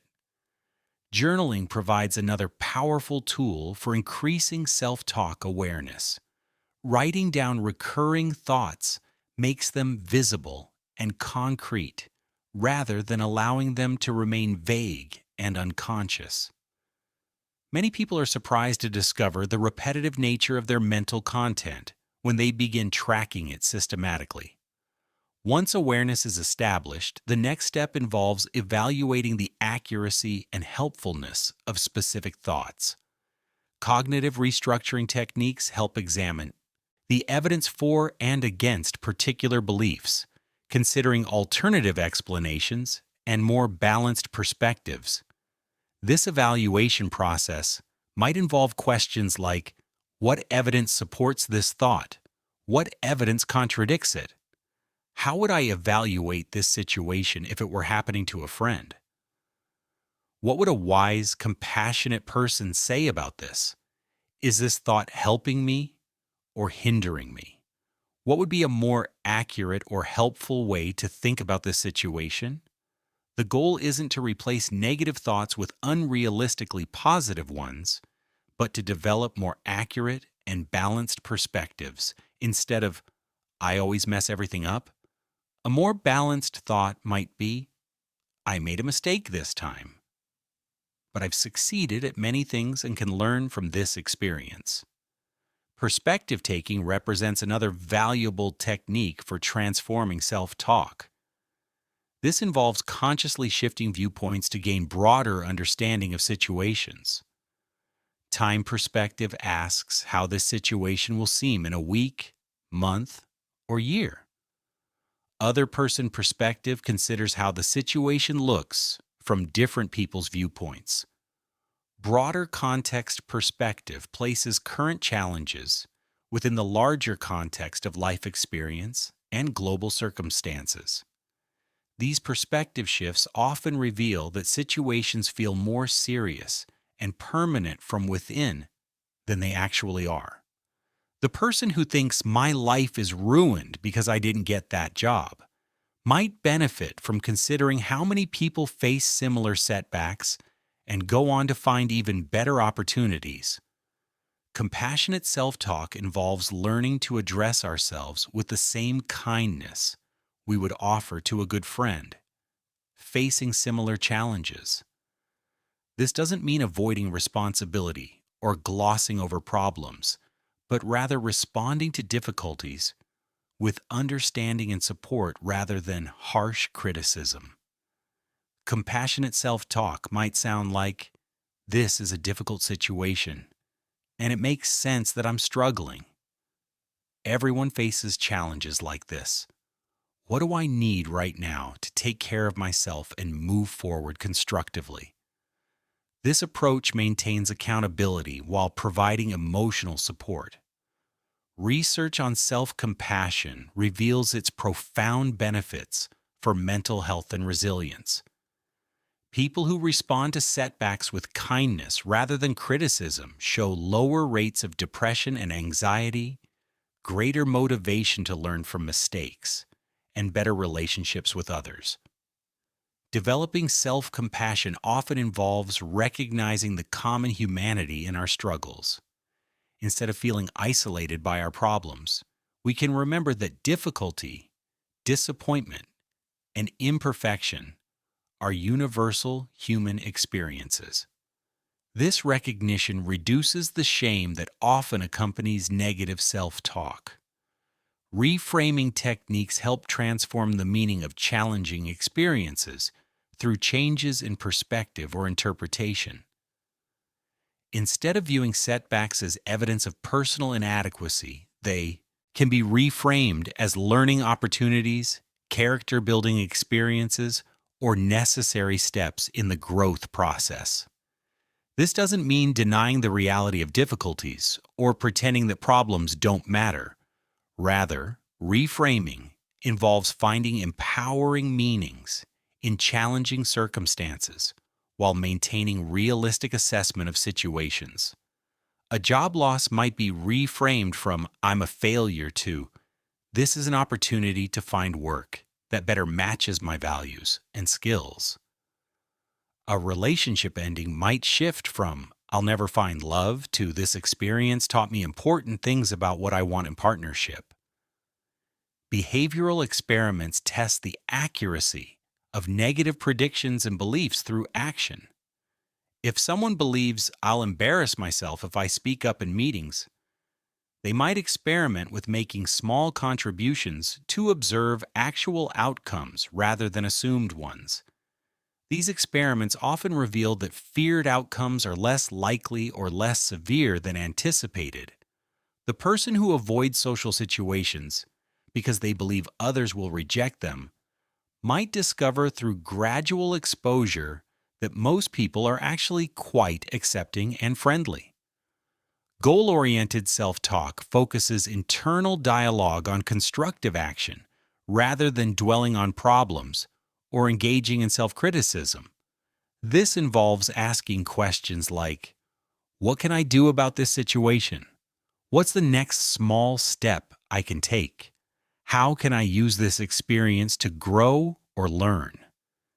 This approach doesn't ignore difficulties but channels mental energy towards solutions and growth rather than rumination and self-attack. The person facing a work challenge might shift from "I'm terrible at this job" to "What skills do I need to develop to handle this type of situation better?" Gratitude practices help balance negative mental content by deliberately focusing attention on positive aspects of experience. This might involve daily reflection on things that went well, people who provided support, or simple pleasures that were enjoyed. Gratitude practices don't deny problems or pretend everything is perfect, but they help create more balanced mental content by ensuring that positive experiences receive adequate attention. Many people's self-talk is heavily weighted toward problems and criticisms, ignoring the good things that happen regularly. Affirmations, when used skillfully, can help establish new patterns of supportive self-talk. However, effective affirmations are realistic and believable rather than grandiose or disconnected from experience. "I am learning to handle challenges more effectively" is more useful than "I never make mistakes." The most effective affirmations are often process-focused rather than outcome-focused. "I am committed to treating myself with kindness." "I am willing to learn from my mistakes." Or "I am growing stronger through facing challenges." Implementation of these strategies requires patience and persistence. Negative self-talk patterns have often been active for years or decades, and they tend to reassert themselves during times of stress or vulnerability. Change happens gradually through consistent practice rather than dramatic overnight transformation. Many people find it helpful to work on one pattern at a time rather than trying to change everything simultaneously. Starting with the most frequent or distressing negative thoughts often provides the most immediate relief and motivation to continue the work. Support from others can be invaluable in this process. Trusted friends, family members, therapists, or support groups can provide encouragement, perspective, and accountability as new patterns of self-talk are being established. The transformation of self-talk ultimately involves developing what might be called inner friendship, a relationship with ourselves characterized by kindness, honesty, encouragement, and genuine care. This internal ally becomes a source of strength and wisdom that supports us through all of life's challenges and changes. Different life contexts require different approaches to self-talk optimization. Understanding how to tailor internal dialogue to specific challenges and goals enhances both effectiveness and well-being across various domains of experience. In performance contexts, whether athletic, artistic, academic, or professional, strategic self-talk can significantly enhance outcomes. Research consistently shows that specific types of self-talk improve performance in different types of tasks. Understanding these distinctions allows for more effective preparation and execution. For tasks requiring precision and technique, instructional self-talk proves most beneficial. Athletes might use phrases like "follow through" or "keep your eye on the ball." Musicians might remind themselves to relax the shoulders or support the tone with breath. This type of self-talk directs attention to specific technical elements that support quality execution. Motivational self-talk works better for tasks requiring strength, endurance, or persistence. Phrases like "push through" or "you've got this" help maintain effort when facing fatigue or difficulty. This type of internal dialogue sustains energy and commitment rather than providing technical guidance. The timing of performance self-talk also matters significantly. Pre-performance self-talk often focuses on preparation, confidence building, and setting appropriate intentions. During performance, brief cue words work better than complex internal instructions. Post-performance self-talk serves evaluation and learning functions, helping integrate the experience constructively. Many performers develop personalized self-talk strategies that match their temperament and the specific demands of their activity. The introverted pianist might use calming, centering phrases before performing, while the extroverted athlete might prefer energizing, aggressive internal language. In learning contexts, self-talk serves crucial functions in attention management, comprehension monitoring, and skill acquisition. Students who maintain awareness of their learning process through internal dialogue tend to achieve better outcomes than those who work purely intuitively. Metacognitive self-talk involves thinking about thinking. Do I understand this concept? How does this relate to what I already know? What questions should I be asking? How can I test my understanding? This internal monitoring helps identify comprehension gaps and guides effective study strategies. Self-explanation, talking through problem-solving processes internally, improves learning across many domains. The student working through a math problem might think, first I need to identify what type of problem this is, then recall the relevant formula, then substitute the given values. This internal guidance improves both immediate performance and transfer to new problems. Encouraging self-talk supports persistence through difficult learning challenges. Instead of giving up when confused, the learner might think, this is challenging, but that means I'm growing. Let me try a different approach or seek additional resources. This internal support prevents premature abandonment of learning goals. Error response self-talk influences how learners handle mistakes and setbacks. Supportive internal dialogue treats errors as information rather than failure. That didn't work. What does this tell me about the problem? What should I try next? This approach maintains motivation and facilitates learning from experience. In creative contexts, self-talk serves different functions at different stages of the creative process. During ideation phases, encouraging and permissive self-talk supports the generation of novel ideas. Phrases like "what if" or "there are no wrong answers right now" help maintain the openness necessary for creativity. During execution phases, technical and process-focused self-talk helps transform ideas into concrete form. The writer might use internal dialogue to maintain narrative flow, develop character consistency, or ensure clarity of expression. The artist might provide internal guidance about composition, color relationships, or technique. Creative self-talk must navigate the tension between standards and experimentation. Too much critical self-talk during early creative stages can shut down the playfulness necessary for innovation. However, complete absence of evaluation prevents refinement and improvement. Learning when to apply which type of internal dialogue is crucial for creative development. Many creative individuals develop strategies for managing their internal critic during different phases of work. Some separate creation and editing phases completely, allowing free expression during initial work and bringing critical evaluation only during revision.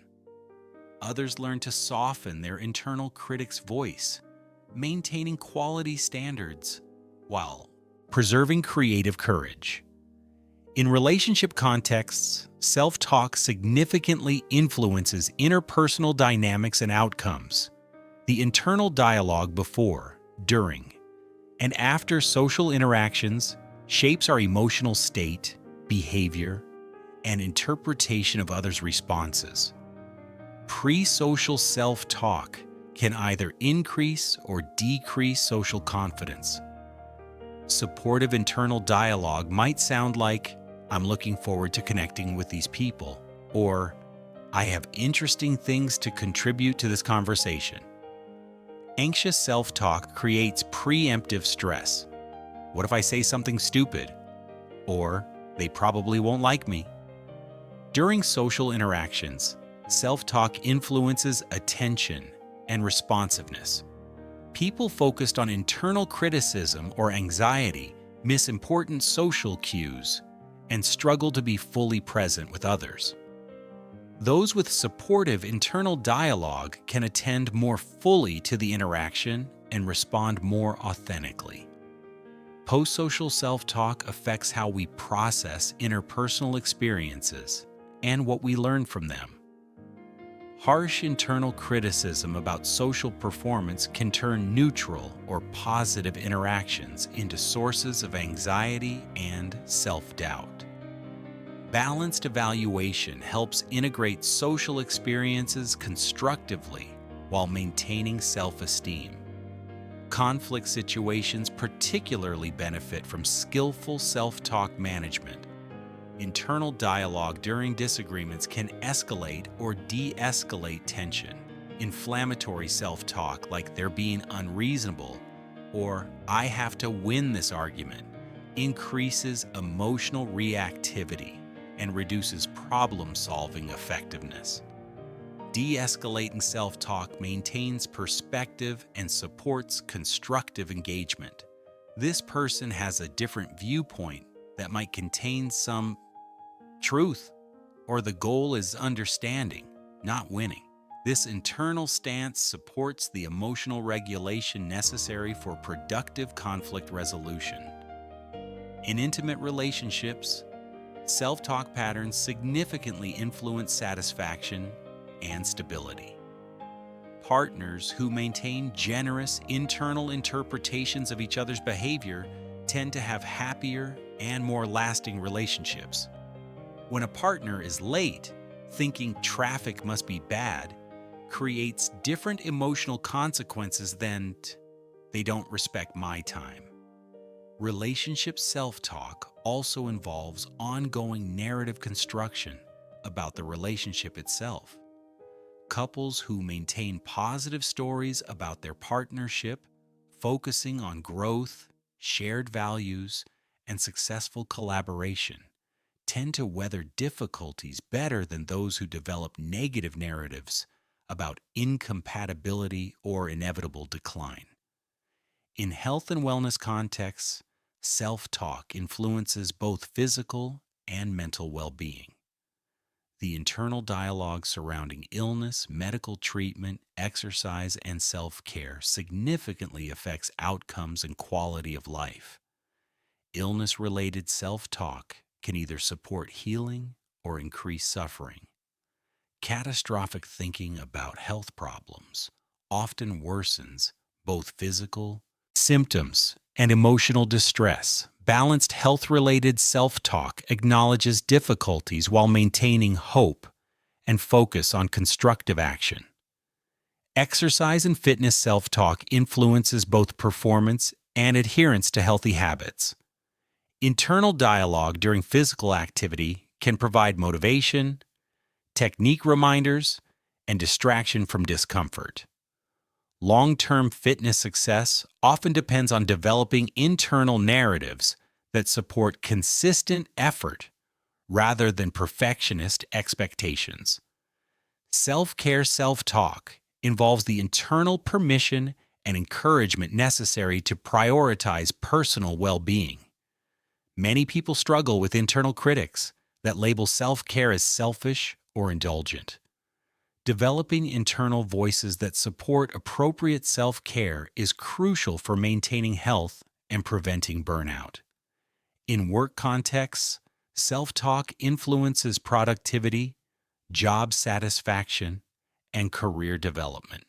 The internal dialogue surrounding work tasks, challenges, and relationships significantly affects both performance and professional well-being.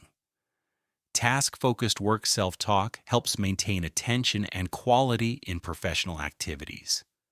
This might involve reminding ourselves of priorities, breaking complex projects into manageable steps, or providing internal encouragement during difficult assignments.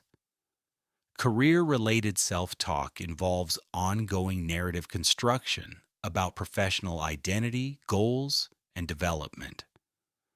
Supportive career self-talk maintains motivation for skill development, while providing realistic assessment of opportunities and challenges.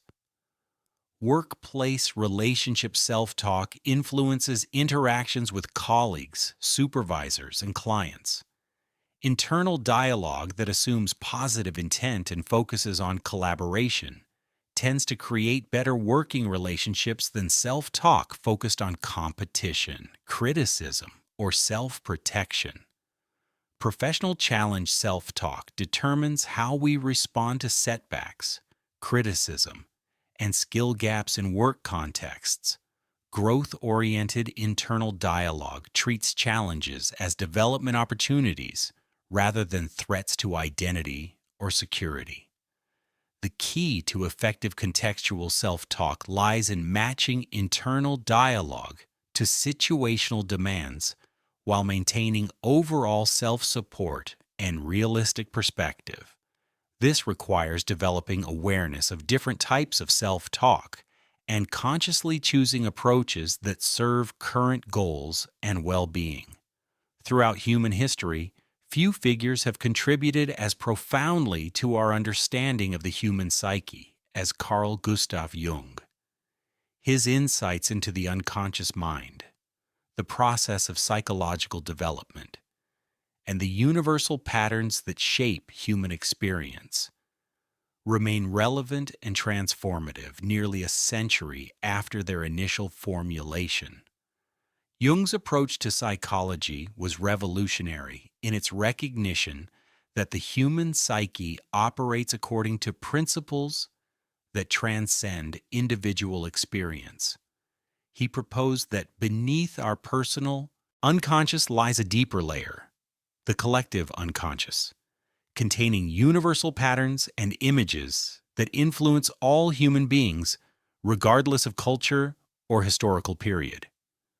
These universal patterns, which Jung called archetypes, represent fundamental themes in human existence: the hero's journey, the wise elder, the nurturing mother, the transformative lover, and many others. Understanding these archetypal patterns provides insight into both individual psychological development and the broader human condition. Perhaps most importantly for personal development, Jung introduced the concept of individuation, the lifelong process of becoming whole by integrating all aspects of the personality, including those parts we would prefer to ignore or deny. This process involves recognizing and assimilating what Jung called the shadow, the rejected, denied, or undeveloped aspects of the self. Jung's insights into relationships and psychological development offer profound wisdom for anyone seeking to understand the complexities of human connection and personal growth. However, his ideas have sometimes been misunderstood or applied in ways that reinforce harmful stereotypes rather than promoting genuine understanding. A balanced exploration of Jungian psychology reveals both the profound insights and the limitations of his approach, offering tools for self-understanding while maintaining respect for the complexity and individuality of each person's psychological journey. Jung observed that much of what we think of as individual personality is actually influenced by unconscious patterns that operate beyond personal awareness. These patterns, which he termed complexes, are emotionally charged clusters of ideas, images, and behaviors that can significantly influence thoughts, feelings, and actions. Everyone develops complexes based on their life experiences, family dynamics, cultural conditioning, and encounters with archetypal themes. A person might have a complex around authority figures, leading them to automatically rebel against or submit to anyone in a position of power. Another might have a complex around success, causing them to sabotage achievements or become compulsively driven to excel. Understanding complexes helps explain why people often react in ways that seem disproportionate to current circumstances. The person who becomes intensely angry when criticized might be responding not just to the current feedback, but to a complex formed through childhood experiences of harsh judgment or rejection. Recognition of complexes provides opportunities for greater psychological freedom. When we can identify our automatic patterns and understand their origins, we gain the capacity to choose more conscious responses rather than being driven by unconscious reactions. Jung's concept of projection represents another crucial insight for understanding relationships and personal development. Projection occurs when we unconsciously attribute our own feelings, motivations, or characteristics to other people. We see in others what we cannot or will not acknowledge in ourselves. Positive projections involve attributing idealized qualities to others. We might see someone as completely wise, completely loving, or completely competent, projecting onto them qualities we wish to develop in ourselves. While this can inspire admiration and motivation, it can also lead to disappointment when the other person inevitably reveals their human limitations. Negative projections involve attributing unacceptable qualities to others. We might see someone as selfish, controlling, or dishonest, projecting onto them qualities we cannot accept in ourselves. These projections often create conflict and prevent genuine understanding of others' motivations and perspectives. Jung emphasized that projections are never entirely arbitrary.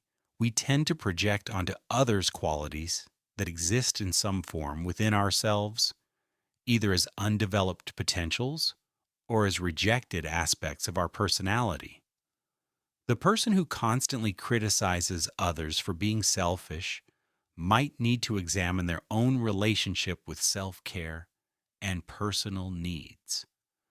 The process of withdrawing projections, recognizing how we have attributed our own psychological content to others, represents a crucial step in psychological development. This process requires honest self-examination and the courage to own aspects of ourselves we might prefer to deny. In romantic relationships, projection plays a particularly significant role. Jung observed that people often fall in love not with another person, but with their own projected psychological content. The beloved becomes a screen onto which we project our unlived potentials, our idealized images, or our unconscious needs. This dynamic explains why romantic relationships often begin with intense idealization followed by disillusionment.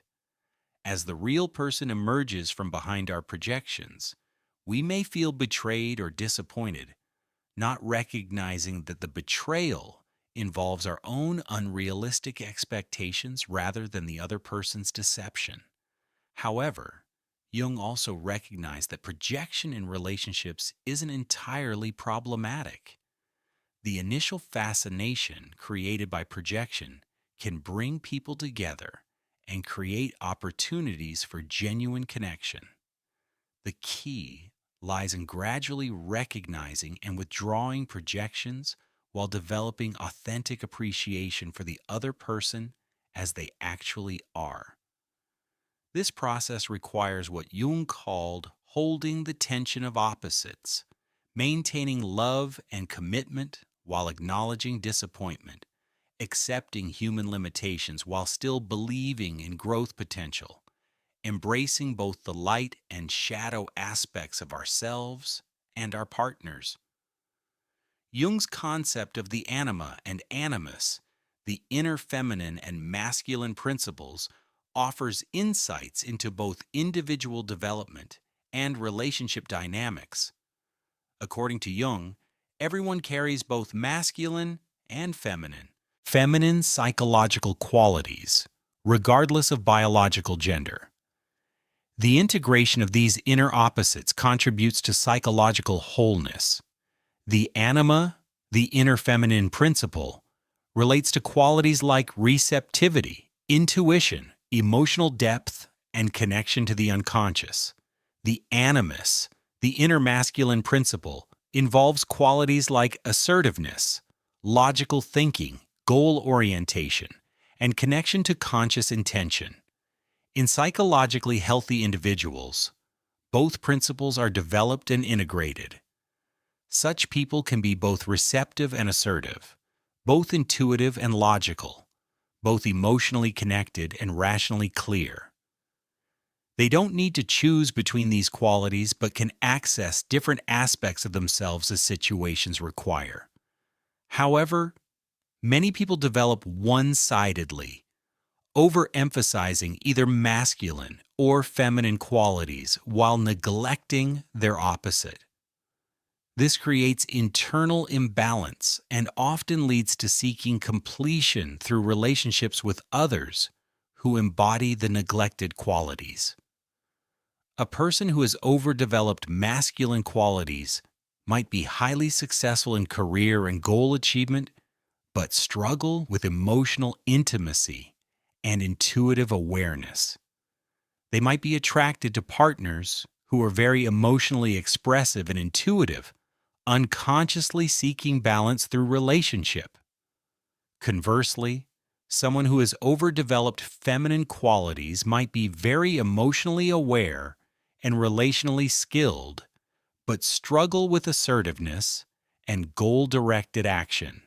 They might be attracted to partners who are decisive and achievement-oriented. While these complementary attractions can create initially satisfying relationships, they often lead to problems when neither partner develops their own internal balance. The emotionally expressive person might begin to resent always being responsible for the emotional life of the relationship, while the goal-oriented person might resent always being responsible for the goal-oriented life of the relationship person, might feel burdened by always making decisions and taking action. Jung's insight suggests that lasting relationship satisfaction requires individual development of both inner masculine and feminine qualities. This doesn't mean becoming identical to one's partner, but rather developing sufficient internal balance that we don't desperately need others to provide what we lack within ourselves. This process of internal integration allows for relationships based on choice and genuine appreciation rather than unconscious need and dependency. Partners can complement each other's strengths while maintaining individual wholeness and avoiding the dynamics of resentment and projection that plague many relationships. The journey of individuation, according to Jung, represents the central task of human psychological development. This process involves becoming conscious of unconscious content, integrating rejected aspects of personality, and developing a mature relationship between the ego and the larger self. Individuation isn't about becoming perfect or eliminating all psychological problems. Rather, it involves becoming whole by acknowledging and integrating all aspects of ourselves, including those we might prefer to ignore. This includes recognizing our capacity for both good and evil, strength and weakness, wisdom and foolishness. The process typically involves several key stages. The first involves recognizing and integrating the shadow, those aspects of personality that have been rejected or denied. This might include acknowledging selfish impulses, aggressive tendencies, or any other qualities that don't fit our idealized self-image. Shadow integration doesn't mean acting out these rejected qualities, but rather acknowledging their existence and finding constructive ways to channel their energy. The person who has denied their aggressive tendencies might learn to express appropriate anger and assertiveness. The person who has rejected their vulnerable side might learn to acknowledge needs for support and connection. The second major stage involves encountering and integrating the contrasexual principle, developing the anima or animus. This involves cultivating psychological qualities traditionally associated with the opposite gender, creating greater internal balance, and reducing dependency on others for completion. Later stages of individuation involve developing a mature relationship with what Jung called the self, the archetypal pattern of wholeness that transcends individual ego. This isn't a grandiose inflation of personal importance, but rather a recognition of one's place in the larger patterns of human experience and meaning. The individuated person maintains a healthy balance between individual uniqueness and universal connection. They can act from personal authenticity while remaining aware of their interdependence with others and their participation in larger patterns of meaning. Individuation is never complete, but represents a lifelong process of growth and integration. Each life stage brings new opportunities for development and new challenges that require further integration of personality. The goal isn't to reach a final state of perfection, but to remain open to continued growth and learning. For relationships, individuation provides a foundation for genuine intimacy. People who are engaged in their own development process are less likely to project unconscious content onto partners, more capable of taking responsibility for their own emotional states, and better able to offer authentic love rather than dependent attachment. However, individuation can also create challenges in relationships, particularly when one partner is more committed to growth than the other. The person engaged in individuation may become less willing to maintain dysfunctional patterns, less available for unconscious projections, and more demanding of authentic communication. These challenges, while difficult, often ultimately strengthen relationships by forcing both partners to engage more consciously and authentically. Relationships that survive the individuative process typically become deeper, more satisfying, and more resilient than those based on unconscious dependency or projection. Jung's insights into psychological types provide another valuable framework for understanding individual differences and relationship dynamics. His theory of personality types, which later influenced the development of the Myers-Briggs type indicator, recognizes that people have different natural preferences for how they direct their energy, gather information, make decisions, and organize their lives. Understanding these natural preferences helps explain why people can view the same situation very differently and why certain types of people naturally complement or clash with each other. The introverted person who needs quiet time to recharge might initially misunderstand the extroverted person who gains energy from social interaction. Similarly, the thinking-oriented person who makes decisions primarily through logical analysis might clash with the feeling-oriented person who prioritizes values and interpersonal harmony in decision-making. Neither approach is inherently superior, but understanding these differences can prevent misunderstandings and promote mutual respect. In relationships, type differences can create both attraction and friction. The judging-oriented person who likes closure and planning might be initially attracted to the perceiving-oriented person who is spontaneous and adaptable. However, these same differences can create conflict when the judging person wants to make weekend plans, while the perceiving person prefers to keep options open. Jung's type theory suggests that psychological health involves developing not just our natural preferences, but also our less preferred functions, The thinking-oriented person benefits from developing feeling function, while the feeling-oriented person gains from strengthening thinking capacity. This doesn't mean abandoning natural preferences, but rather becoming more psychologically flexible and complete. For individual development, understanding one's psychological type provides valuable self-knowledge while also highlighting areas for growth.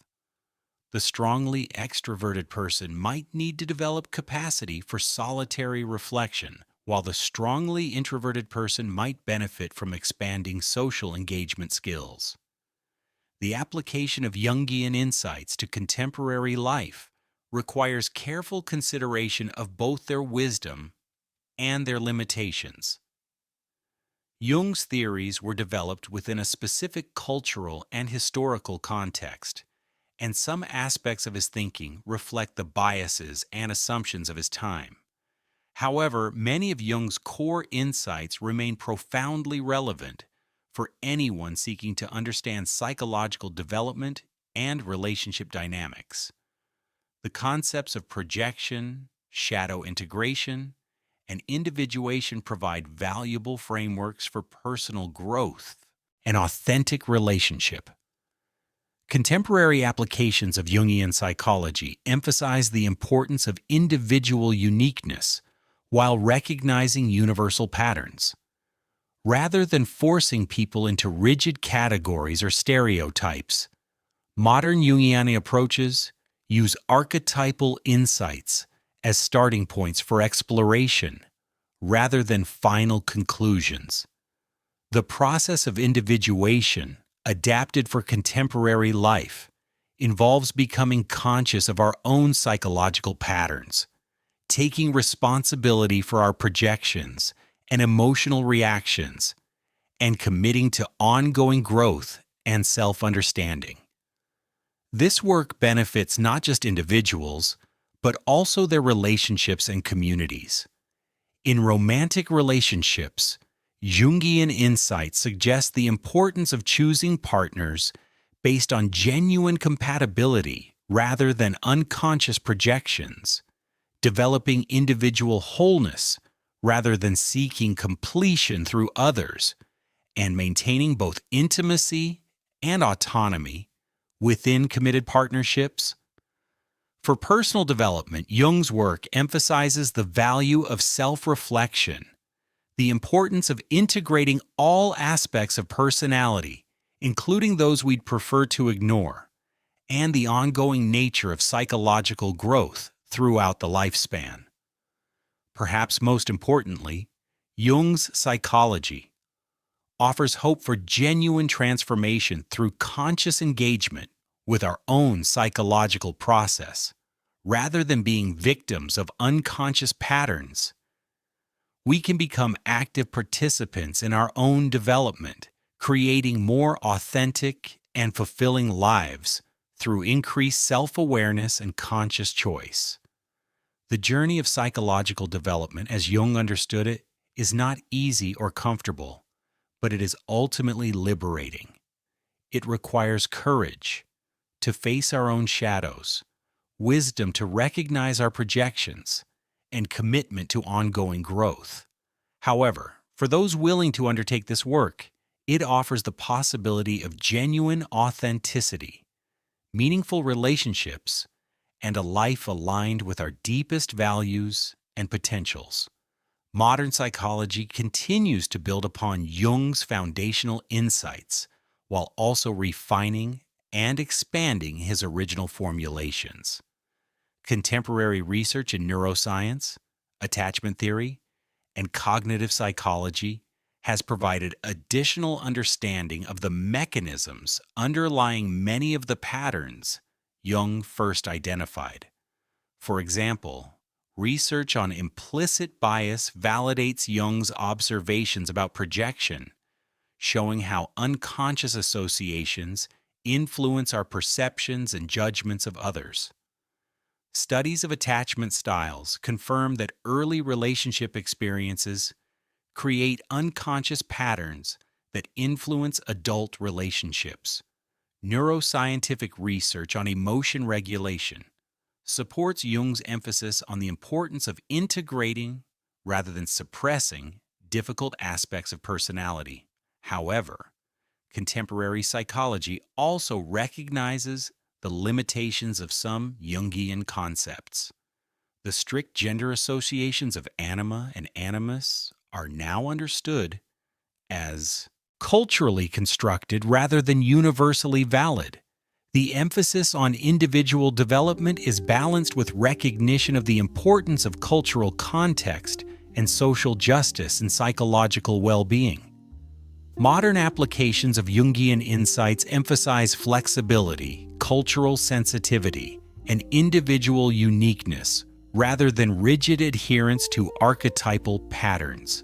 The goal is to use these frameworks as tools for exploration and understanding rather than as definitive explanations or prescriptions for behavior.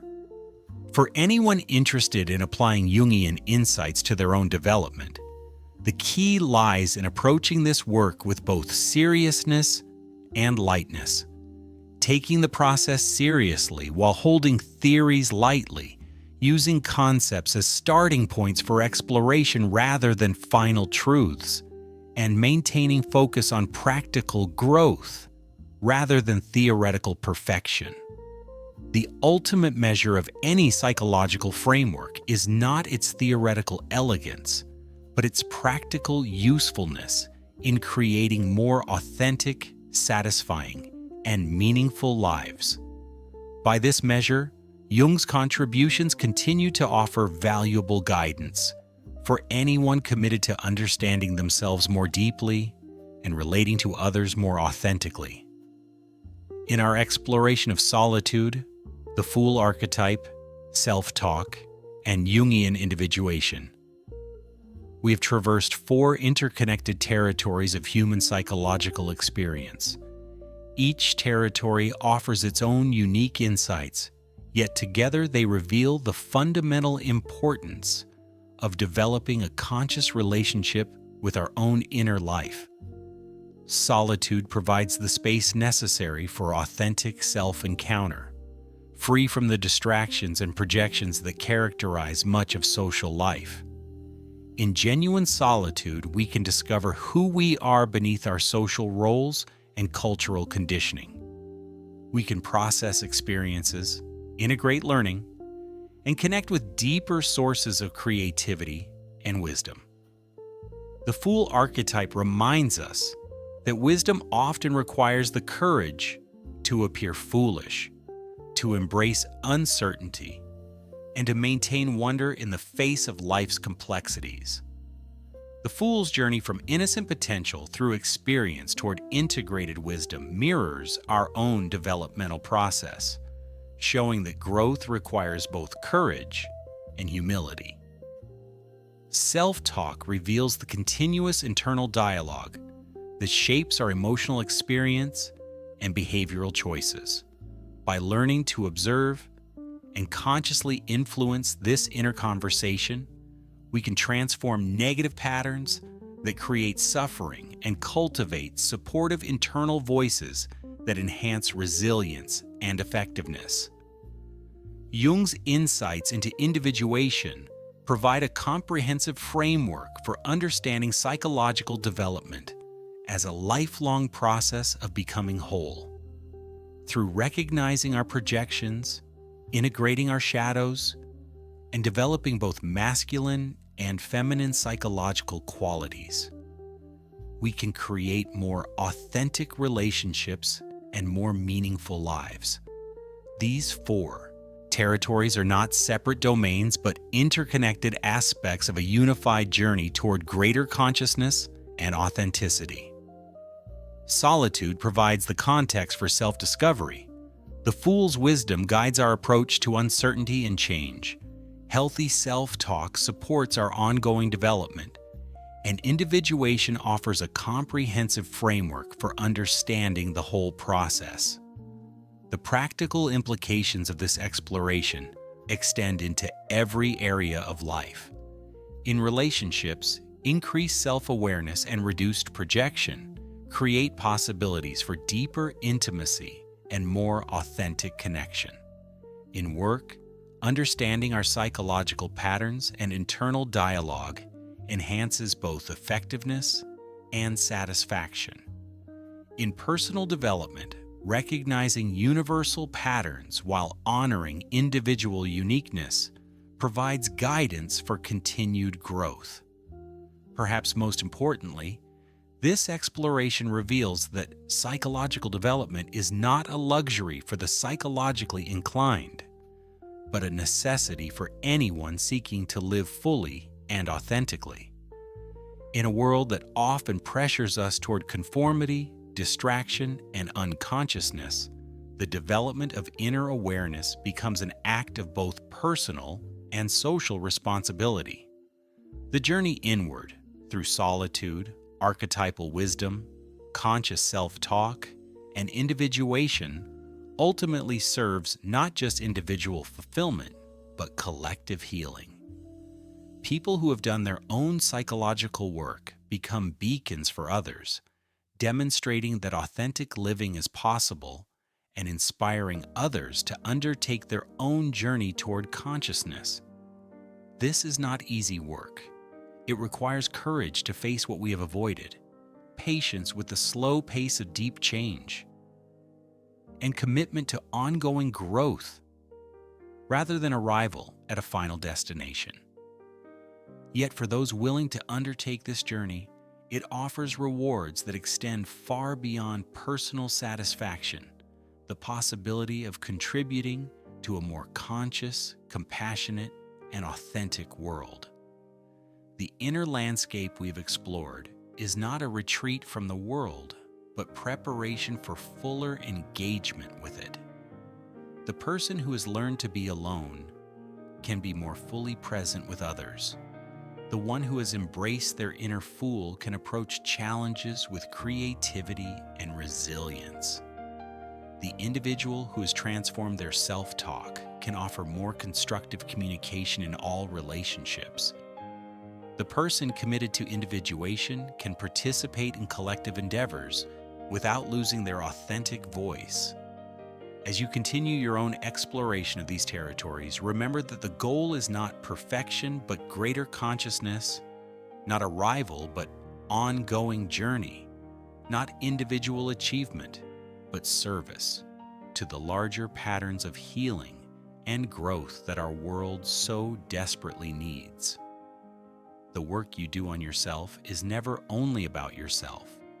It contributes to the collective evolution of human consciousness and the creation of a more beautiful world. In the quiet moments that punctuate our busy lives, in the courageous choices to embrace uncertainty, in the ongoing dialogue we maintain with ourselves, and in the commitment to become who we truly are, we participate in something larger than individual development. We join the ancient human project of awakening, of becoming fully conscious, of living with both great depth and great love. This is the invitation that emerges from our exploration, to see inner work not as self-indulgence, but as sacred responsibility, to approach psychological development not as therapy, but as adventure, to engage with solitude not as escape, but as preparation, and to embrace the fool's journey not as recklessness, but as wisdom. The path continues as it always has and always will. Each moment offers new opportunities for awareness. Each challenge provides new material for growth, and each encounter with others becomes a chance to practice the authenticity we have discovered in solitude. The inner landscape is vast and inexhaustible, forever offering new territories to explore and integrate. May your exploration of this inner territory bring not only personal fulfillment, but also the kind of authentic presence that heals relationships, communities, and our wounded world. The journey inward is ultimately a journey toward deeper connection with all of life, and in that connection lies both our individual healing and our collective hope.